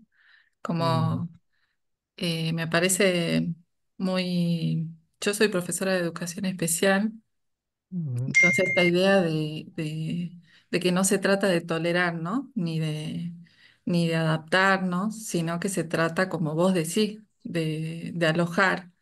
Y ese alojar como un valor antropológico de base, como venía ujú, hablando con Daniel, es reconocer que nadie tiene que pedir permiso para ser quien es. Esto me pareció muy muy hermoso. Y lo otro que también me quedó es cómo, de qué manera desde las investigaciones narrativas lo que se intenta no es confirmar lo que ya sabemos, sino romper con ese resultado, ¿no? Y volver pensable lo que parece obvio y dejar de hablar de una trama como completa.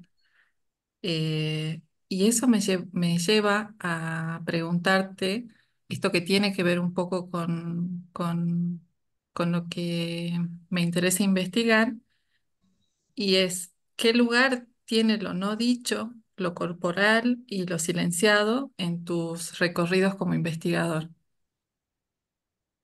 mm, Y son también formas de estar en la narración. O sea, que no, la narración no solamente es lo que aparece explícito, sino también siempre es una narración situada, quiere decir que forma parte del entramado de voces, de relaciones, de dichos, no dichos o implícitos que se puedan dar.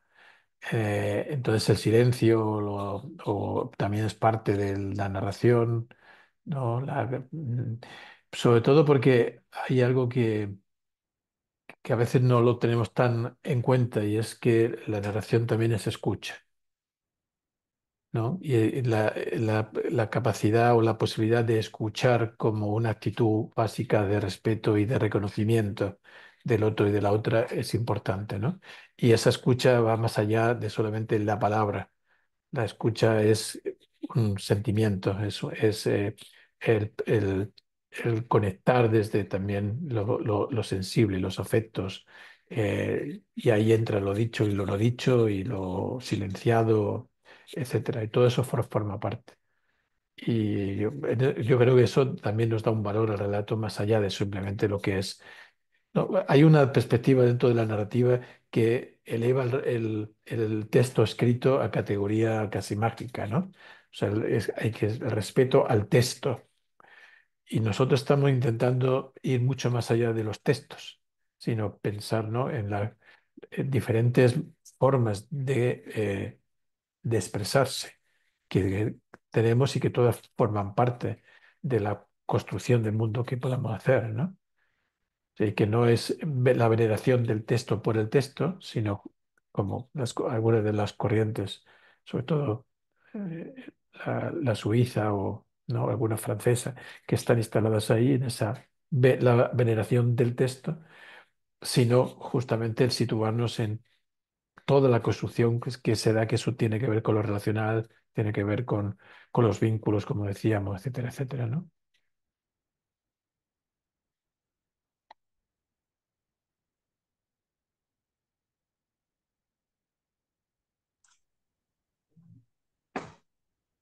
y Susana. Sí, ahí estaba desconectando estaba conectando mi micrófono. Ah, Sí, Bueno, qué grato escucharte. Yo a Nacho lo conocí hace muchos años como alumna cuando vino a Comodoro Rivadavia a la Universidad Nacional de la ¡Ah! Patagonia, hace muchos años, y bueno, en particular, y colaboró en ese sentido en dar un giro, si se quiere, significativo en relación a este hacer investigación que estamos hoy en día trabajando en el doctorado, ¿no? En particular. Hace muchos años estoy diciendo esto, ¿no? Pero bueno, a mí me quedaron resonando varias cuestiones, en particular el concepto que creo que es un continuum, hay una coherencia en tu discurso que, que es muy grata, ¿no? Que vos mantenés, que vos decís en relación a la soberanía epistemológica del mundo, ¿no? Y me quedo con eso y con esa coherencia, porque en definitiva para quienes estamos desde esta perspectiva, si se quiere, hoy enriqueciéndonos e intentando construir una nuestra edad, es sumamente significativa. Acá en el sur, yo digo que, y los desafíos que implica, ¿no? Esto de construir, no sé, líneas de fuga, que son eso en definitiva, ¿no?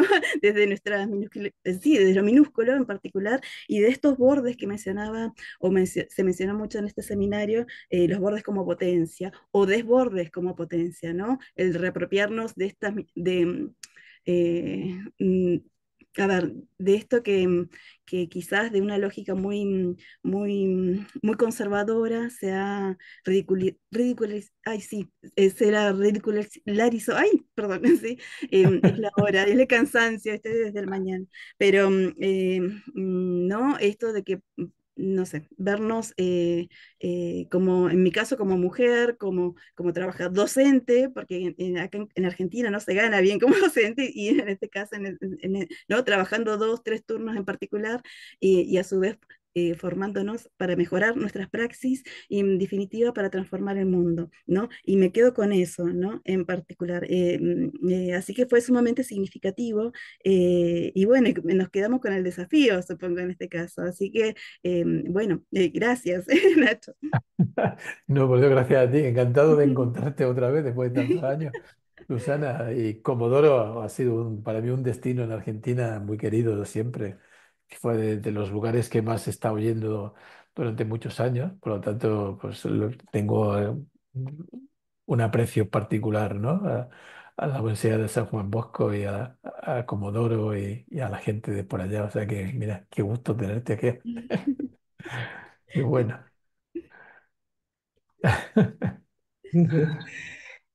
Alicia, Hola, ¿qué tal? Bueno, ah, yo todo el tiempo que hablaba Nacho, me venía mi tema de tesis, que es el diseño curricular del profesorado en geografía, y bueno, cuánto de ese diseño curricular en la formación de un profesor en geografía, una profesora, cómo entrama la narrativa. Por ahí va mi investigación y bueno, y me quedo con esto que escribí mientras lo escuchaba Nacho. Todo docente habita el diseño curricular y la narrativa es una lectura del mundo. Entonces pensaba cómo todo docente puede habitar narrativamente ese diseño curricular. Un diseño eh, muy académico, si se quiere, pero en esta nueva versión, año 2022, en la provincia de Buenos Aires, con la consulta de muchos docentes, eh, entre los cuales estuve allí, pude ver que hubo una intención de la intervención y la experiencia, que haya un poquito, ¿no? De eso, de parte de esa consulta que nos hicieron. Pero bueno, después ver cómo esto, dentro de los institutos de formación docente, en la provincia de Buenos Aires y más en Avellaneda, que es el lugar donde yo trabajo, cómo esto funciona según la matriz de cada docente, su enfoque, su posicionamiento, ¿no? Entonces, bueno, todo el tiempo estuve pensando en eso y, y también cuando hablaron de lo rizomático pensé que que también tenemos que pensar en otras formas como las constelaciones, que si se quiere, son enlaces complejos, que parecen no estar conectados, pero sí lo están. ¿Y cuántos docentes piensan, transitando, habitando este diseño, que hay cosas que no están conectadas, que no tienen nada que ver, pero cuánto de ello la narrativa puede construir un sentido para habitarlo desde ese lugar y producir otros sentidos, ¿no? Por ahí va la investigación y creo que este diálogo, esta conversación, eh, esta entrevista, me llevó a pensar todo esto. Qué bueno, pues nada, me alegro. Fíjate que algunas de las perspectivas del currículum transformadoras, o que plantean otro modo de entender el currículum, necesariamente pasan por lo narrativa. Por ejemplo, la perspectiva del currículum itinerante de Paraskeva, ¿no? Él se plantea esa itinerancia a partir de cómo vamos construyendo desde lo biográfico de cada uno y de cada una, y a partir de ahí el currículum emerge de lo biográfico y no de lo preestablecido, ¿no? O la perspectiva de Carola Colne, que habla expresamente de currículum narrativo como una forma de construir el currículum. Entonces, o Pinar cuando habla del currículum como una conversación complicada. Eh, Todos incluyen lo narrativo como y lo biográfico como una forma de construir, ¿no? El conocimiento y el currículum que no pasa por, eh, por acudir, ¿no? a las grandes construcciones que se hacen normalmente, ¿no? O sea, no es una cuestión de transmitir ciencia, sino de construir sentido y conocimiento, y eso pasa por lo biográfico siempre, ¿no? Entonces, ahí hay elementos que se están dando en algunos espacios de pensar el currículum de otro lado, que me parece que son necesarios para ir incorporando en el debate educativo y pedagógico. Y cuando vos dijiste que no basta con las prácticas innovadoras, sino que hay que pensar en deconstruir, en las rupturas, para seguir construyendo otros Ujú, sentidos, otras formas, ujú, bueno, me pareció que ahí encuadra justo esto de que las narrativas son el camino, es lo posible y que los docentes formadores no lo están viendo. Entonces nosotros tenemos que estar en este momento trabajando para que esto empiece a tomarse, a reconocerse, que el docente formador se reconozca como autor de su propia praxis y lo pueda llevar adelante a través de estas formas, ¿no? De estos formatos, ujú. de estas estrategias que son, a mi entender, muy enriquecedoras. Así que te Estupendo. agradezco mucho. No, me he encantado yo de escucharos y de compartir lo que estáis diciendo. Me parece muy importante, muy potente. O sea que mm, podéis haber estado más presentes en la conversación, ¿eh? Por lo que estoy viendo. Lo que pasa es que te quería escuchar y, y yo pensaba cómo interpelar a mis pares, ¿no? Está muy bien. No, no, encantado. Ha sido un gustazo escuchar. Para mí un placer. Bueno, entonces nos vamos a ir despidiendo. ¿Les parece bien? Bueno, otra vez, muchas gracias Nacho, un placer compartir este rato con vos, escucharte. Daniel, muchas gracias vos también. Y bueno, Susana, Alicia y Claudia quedan en el video para siempre. Espero que esta clase, que no tiene tiempo, ¿no? Va a ser observada por nuestra comisión de 40, 50 inscriptos a lo largo de estos meses, ¿no? Así que bueno, nos saludamos acá y bueno, muchas gracias. Un placer enorme. Muchísimas gracias a vosotros. Un gustazo. Que Valeria, estén muy muchas bien. gracias. Chao, chao. Chau, chau. Chao. Hasta la Chao, Nacho, próxima. nos la Queda, seguimos. Chao, queda chao. como comprometido el asadito y el vinito ese que Sin hemos dicho, ¿eh? duda. Exacto. Quedó grabado ya, Nacho. Quedó Quedó grabado. grabado. Estupendo. Chao, besos. Bueno, chao, chao, chao. Gracias.